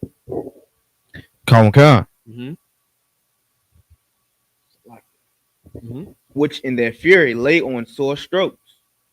In the time of destruction, they pour out their force. They do what? They pour out their force. You understand? They work for the Lord, man. Angels work for the Lord. You know what I'm saying? You see those natural catastrophes, earthquakes, tsunamis, you know what I mean? Things of that nature. You understand? They work. That's the Lord. That is an angel causing that to happen. There's an angel inside that whirlwind causing it to twirl like that. There's an angel causing the damn tectonic plates to move at a certain damn level to cause all these vibrations to shake up to the top of the earth and crumble. There is an angel in California causing all them damn fires. You understand what I'm saying? Them firefighters are dying. Firefighters are dying putting fires out. It's crazy to me to talk about. It's crazy. You know what I'm saying? They trying to put the fire. You think water supposed to put a fire out, right? But the Lord is causing them fires to be so damn strong, the firefighters can't even put them out. They got helicopters and all type of stuff, man. They're dying. People having to move out of their homes. Fire is so damn bad. To show you that what? That America is not in control. It's a facade to make it look like they control. They control the money. Yeah, they control the money, the dollars. You understand? They control you having to work and pay bills. But they don't control this world, man, in the way that you think they do. They don't. You understand? The Lord shows you. He gives us signs all the damn time. Coronavirus was a sign that God is in charge. You understand? And also a sign that he loves blacks, Hispanics, and Native Americans, man.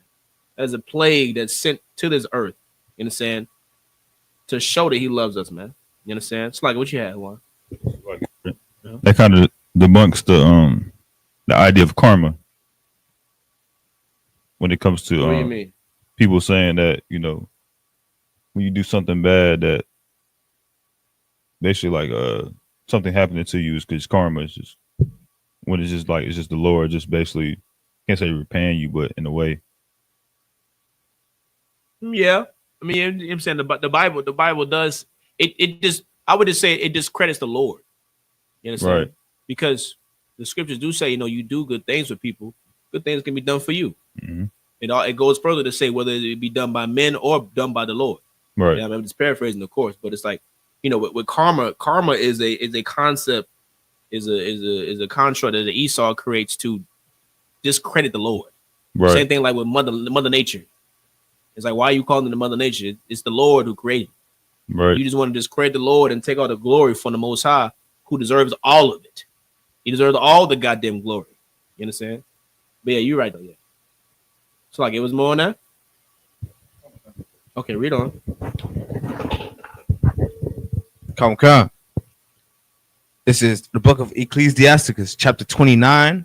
It's like a 28 in the middle. And appease his wrath of him that made them. Of who? Of who? Of him that made them. The Lord made them angels that are here for vengeance. You understand? He made them. People who are born blind. That is an angel on them, causing them to be blind. People who are born with mental disabilities. That's an angel. You understand? It's causing them to have that disability. That is the Lord's work, right? Let's jump down. Give me a Mark 5 and 2. Try to rush through a couple more.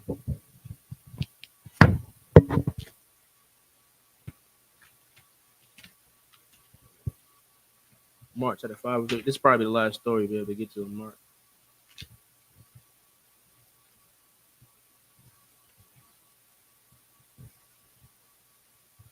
Come. It's the book of Mark, chapter 5, verse 2. Mm-hmm. And when he was come out of the ship, immediately there met him out of the tombs a man with an unclean spirit. What's that unclean spirit? It's like a demon. Sir. Damn right. Read on. Verse 3. Who had his dwelling among the tombs. He stayed where? In the tombs. This nigga was living in a graveyard. Crazy cat. He's dwelling in the damn graveyard. Read on.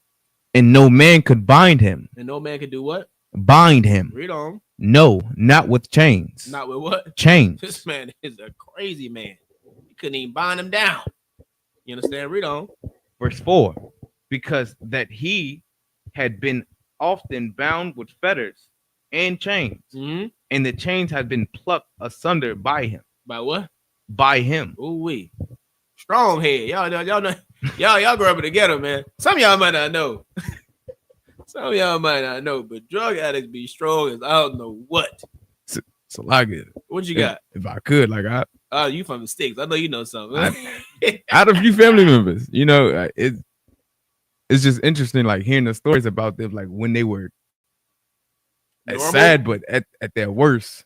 Oh man. But even like normal till like when they got there at their worst, it's like hearing the stories about them is like, I don't like seeing them now. You don't expect someone being like so small and frail to be like a rhinoceros when it comes to like somebody right. trying to hold them back, or like you got this person in chains, just as the scripture said, and he breaking chains. Like, how do you?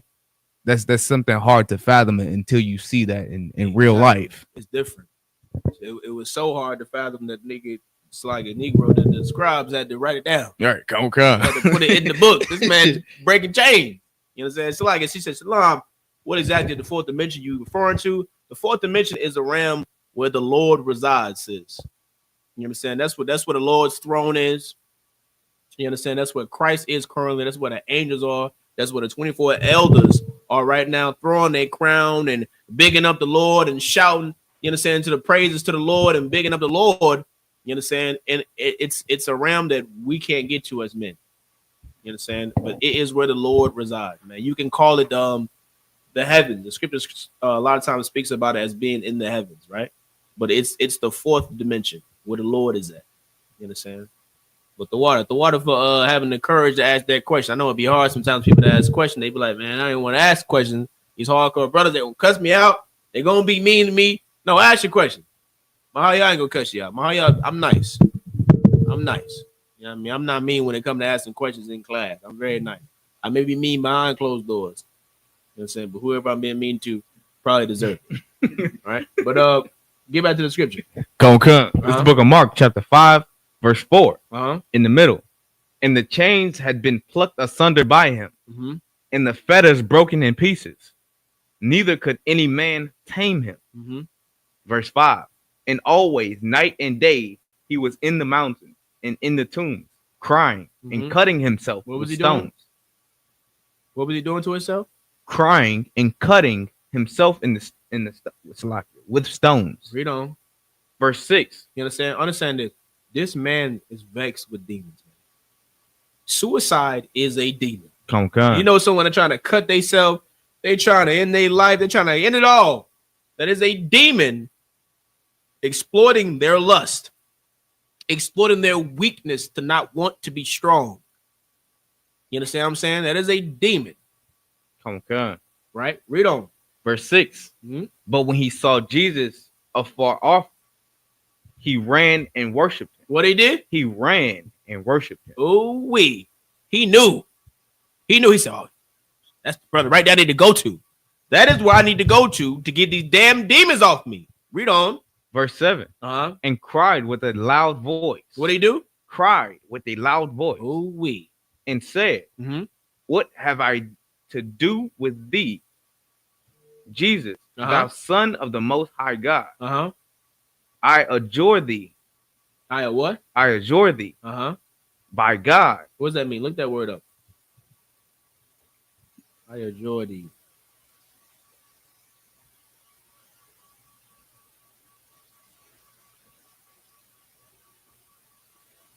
I ain't gonna hold y'all too long. Give me like 10 minutes. I'll make sure we get through this. Come, sir. This is the definition of adjure. Urge or request. You understand? He pleading to Christ, man. Pleading to him. You understand? Read on. Come. And that's what we have to do. You understand? Christianity has taught us to be so prideful, man. So prideful and so boastful and try to hide our flaws and hide our demons. You cannot hide nothing in here from the Lord, man.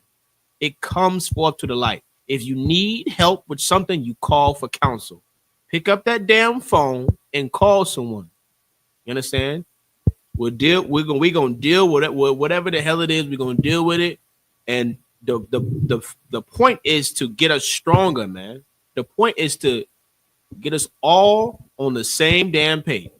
But if you sit there and you know you vexed with a demon and you got something that's troubling you that you can't conquer alone, and you don't call someone, Satan is gonna exploit you. Come. And Satan is gonna exploit you, and you're going to fall. You're gonna fall. Why are you gonna fall? Because you're playing with a spirit that's been doing this since the Garden of Eden. You're playing with a spirit that helped Christ build the goddamn world.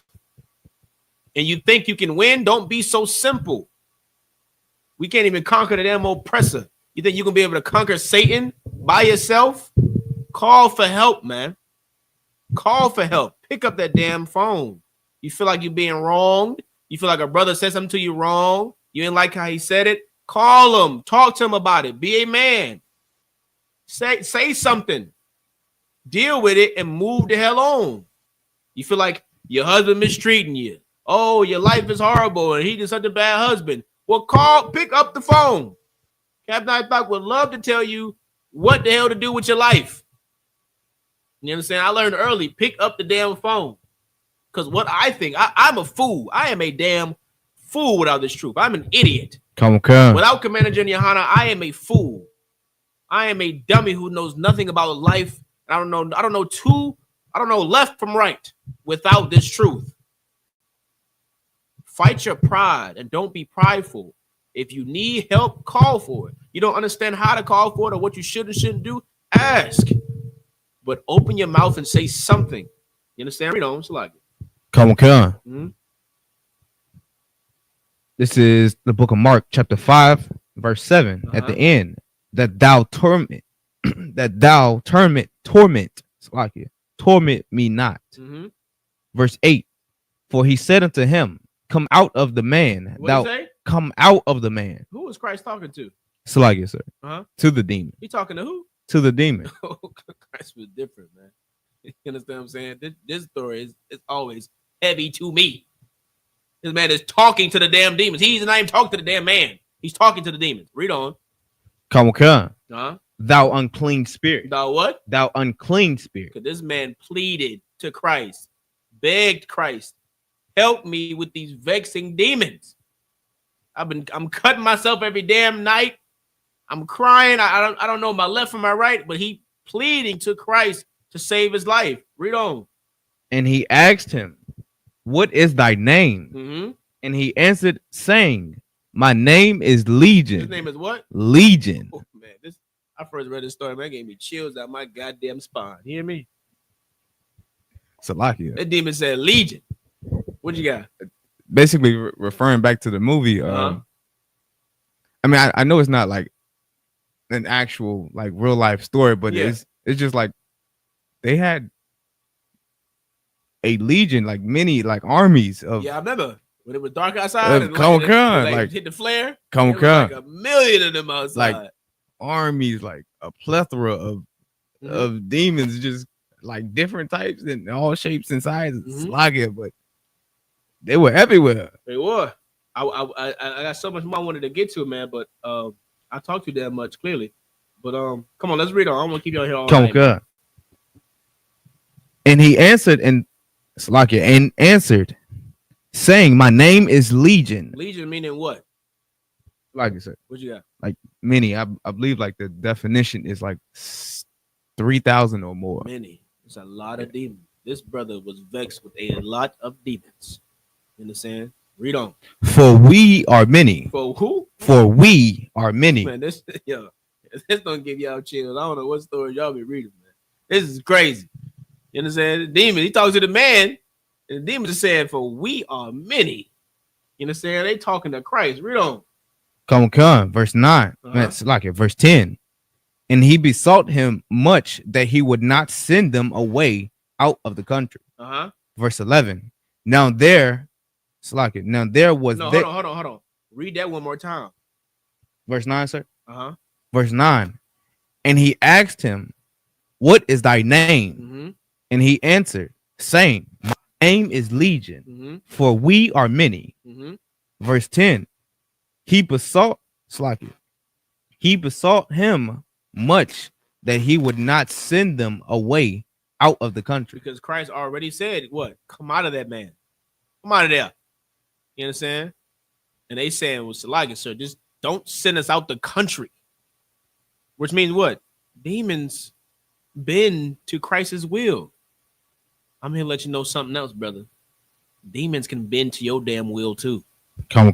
You can get rid of demons. You can fight them off.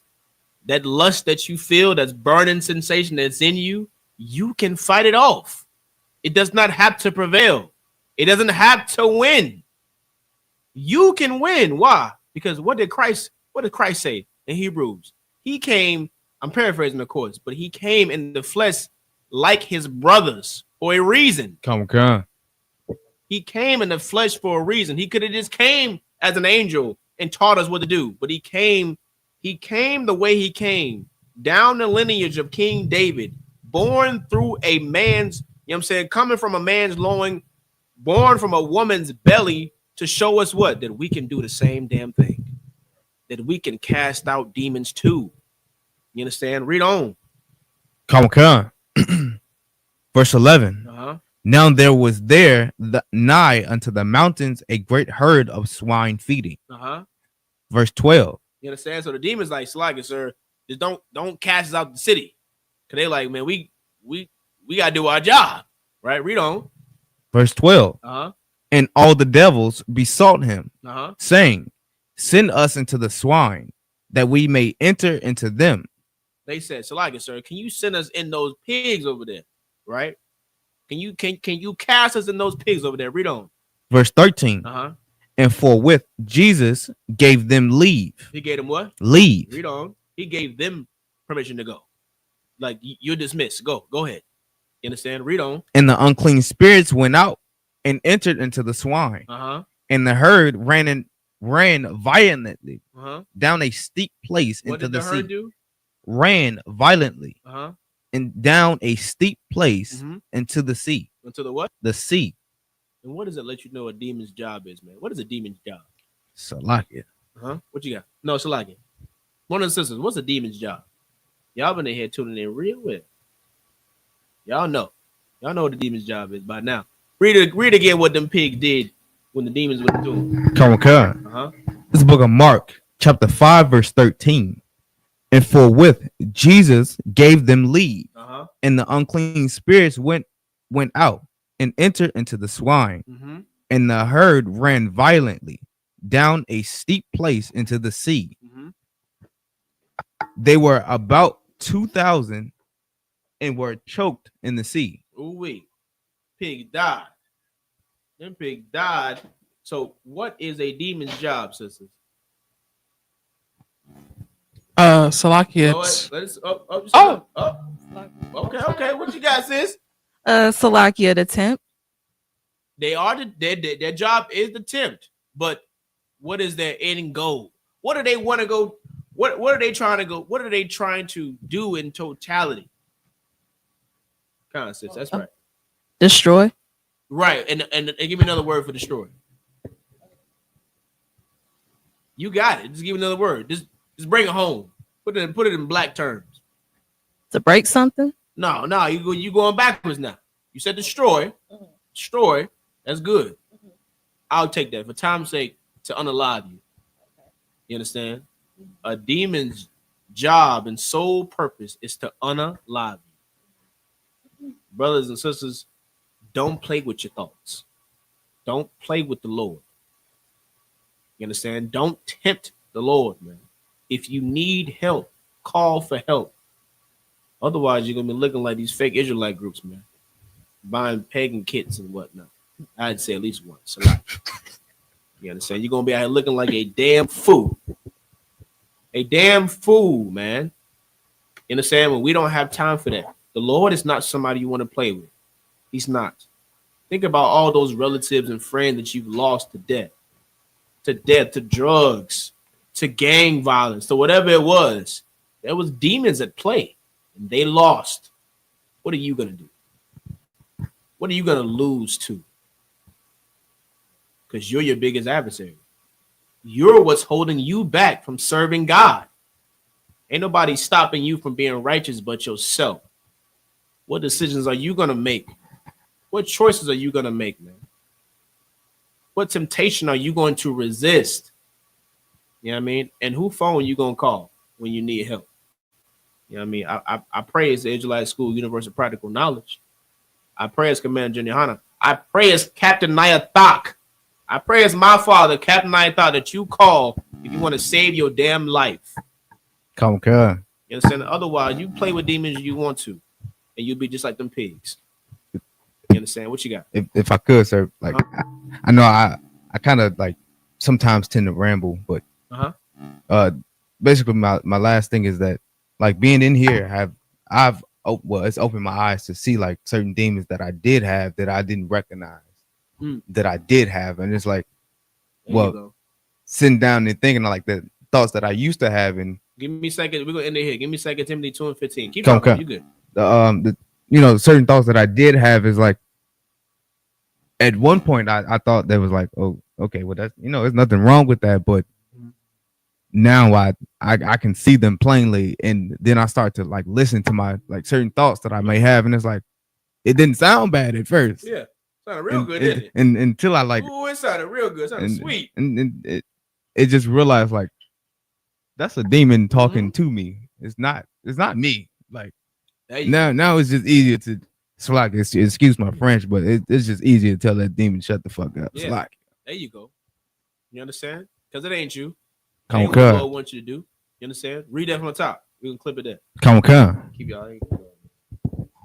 Cap happens at 10 o'clock. Let me start. That's like it, sir. If you watching this.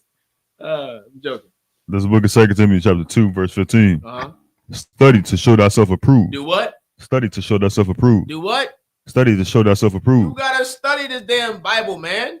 Don't be a Christian. Don't just think, oh, God know my heart. Close the book. I know it. Study, man. Open this book. Open it. Read some stuff. You ain't gonna understand it. And then come to class and ask questions. You understand? As brothers, we know there's a certain flow to this Bible, man. You understand? This Bible flows like a river. There's things, you know what I'm saying? You ain't got to know every single precept to be able to cut a Christian, man. You ain't got to know. You know what this Bible talking about. You know what it's not talking about. It pulls here and it pulls there, but it's one, you know what I mean? It's one direction it's going, man. Blacks, Hispanics, and Native Americans are God's chosen people. God don't love everybody, man. Christ is black. The angels are black. The angel, you know what I'm saying? The prophets are black. You understand how this Bible moves, how it flows. But you need to study. Study. Read it from the top. Read it again. What did it say? Okay. It's the book of 2 Timothy chapter 2, verse 15. Study to show thyself approved. To show thyself what? Approved. Approved to who? The Lord. The Lord wants to see you go through something. You think the Lord not watching? You think the Lord don't know what you got going on in that household? You think he don't know what you got going on behind closed doors? He knows. And he is going to make you prove yourself. He'll make you prove yourself worthy, man. You understand? Read on. Okay. Unto God. Unto who? Unto God. No, unto man. Unto God. No, unto your mama. Unto God. Unto your daddy. Unto God. Unto the Lord, man. Do it for the Lord. Have some sincerity in what you do. Have some integrity in what you do. You understand? Have some type of fortitude in what you do. We don't do these things to appease and please men. We do these things to serve the Lord, man. We do these things for the Most High. We do these things because we follow Christ. You know what I mean? You can try to make it look good all you want, but if you're not studying to show yourself approved, it's going to show. It's going to show. And you're going to fall short onto things that you should be fortified in, that you should be solidified in. You know what I mean? Certain things you shouldn't even question with being in the truth. We're fools for Christ in here, man. I'm a fool for Christ. There's nothing a Christian can tell me to make me stop serving this Bible, man. Right. There is nothing a Christian can tell me to make me stop going to camp. There is nothing a Christian can tell me to make me stop believing in this Bible, man. Why? Because I am a fool for the Lord. What the hell are you a fool for? What are you a fool for? The church? Voting? America? What? We're all a fool for something. You're spending your time doing something. What are you a fool for? Well, I hope in that day it brings you close to the Lord. I hope you don't be like them pigs. You understand? I pray you understand. You understand? That's it on that? No lie. Read on. A workman that needeth not to be ashamed. You understand? A workman that what? Needeth not to be ashamed. Read on. Rightly dividing the word of truth. You understand? Don't be ashamed in serving God, man. Don't be ashamed. And that's how you know we've never been serving God our whole life, because now you come into the truth and you in the light and everybody see you. We've been in Christian church this whole time. You would think that's the light. You would think that's being righteous. But now all of a sudden I'm in the spotlight because I'm actually following this Bible. So I wasn't following it my whole life. That's what it was. Because now I got the spotlight. Now because I don't eat pork, I'm the center of attention. I'm the trending topic. Now because I don't celebrate birthdays, now all the family hate me. They don't want to talk to me no more. You understand? It said, read it one more time. Okay. It's the book of 2 Timothy chapter 2, verse 15. Study to show thyself approved unto God, a workman that needeth not to be ashamed. Rightly dividing. Rightly doing what? Dividing. Rightly doing what? Dividing. Read on. The word of truth. The word of what? Of truth. The word of what? Of truth. You gotta rightly divide the truth, man. Why? Because our people don't know left from damn right. Right. They don't know left from right. They don't know that Christianity is the house of Satan. They don't know America is the daughter of Babylon. They don't know that serving and worshiping this place is going to get us killed, man. They don't know that our true job and our responsibility is to fear God and keep these commandments, man. They don't know. No one knows the truth. The truth is only in the Israelite School of Universal and Practical Knowledge under Commander General Nada, man. You know what I'm saying? That, pass the class over to Christian Officer 1.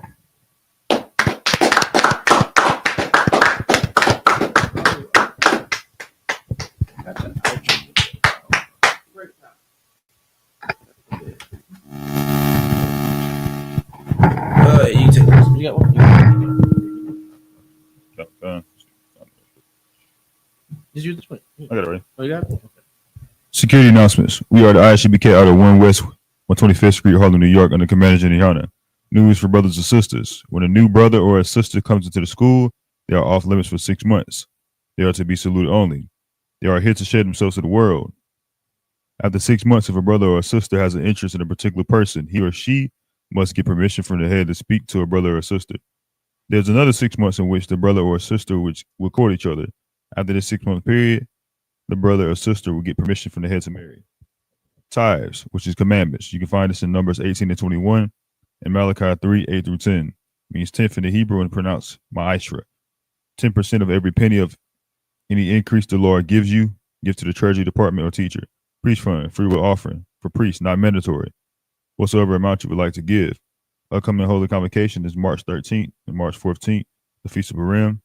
Remind and our team to check on social media such as ISUPK.com, Facebook, Twitter, YouTube, and so on for ISUPK events and materials. If a brother wants to be a trooper in the school, then he is to start wearing all black, which includes black boots, shirts, pants, headband, scarf, and with that, imagine. In Israel, we're going to give one courtesy salute to the teacher. In Israel, Majim Majim, Barak. Yabashim Yahshabarakat. Sorry, turn to face the sisters. Sisters, Majim.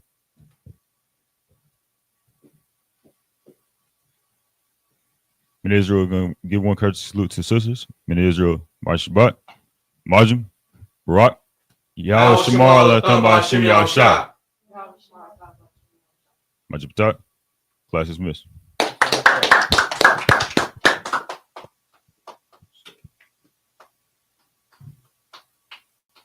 Welcome to Atlanta.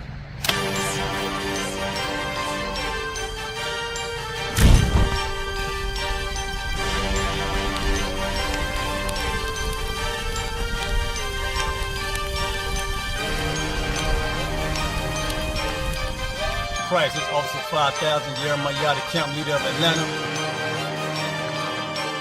Passover 2025, starting April the 9th, we got the lamb slaughter.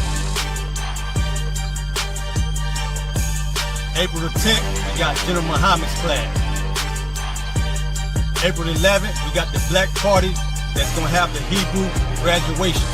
April the 12th, in Atlanta, Georgia, the 56th annual Passover, the only Passover under Commander Junior Hunter. Our great and holy King has honored us for turning our lives from the darkness to the light, man. There's no greater gift you can receive than to wake up to the truth and then commit your life to saving your brothers, man. Looking in their eyes and seeing their faces and seeing what they've suffered and what they've gone through and seeing the end of it, man. It is a guaranteed seat in the kingdom of heaven, man. So in the name of our King Yahushua, we dedicate us another Passover of brothers and sisters' lives being saved. April the 13th, we got the Feast of Unleavened Bread.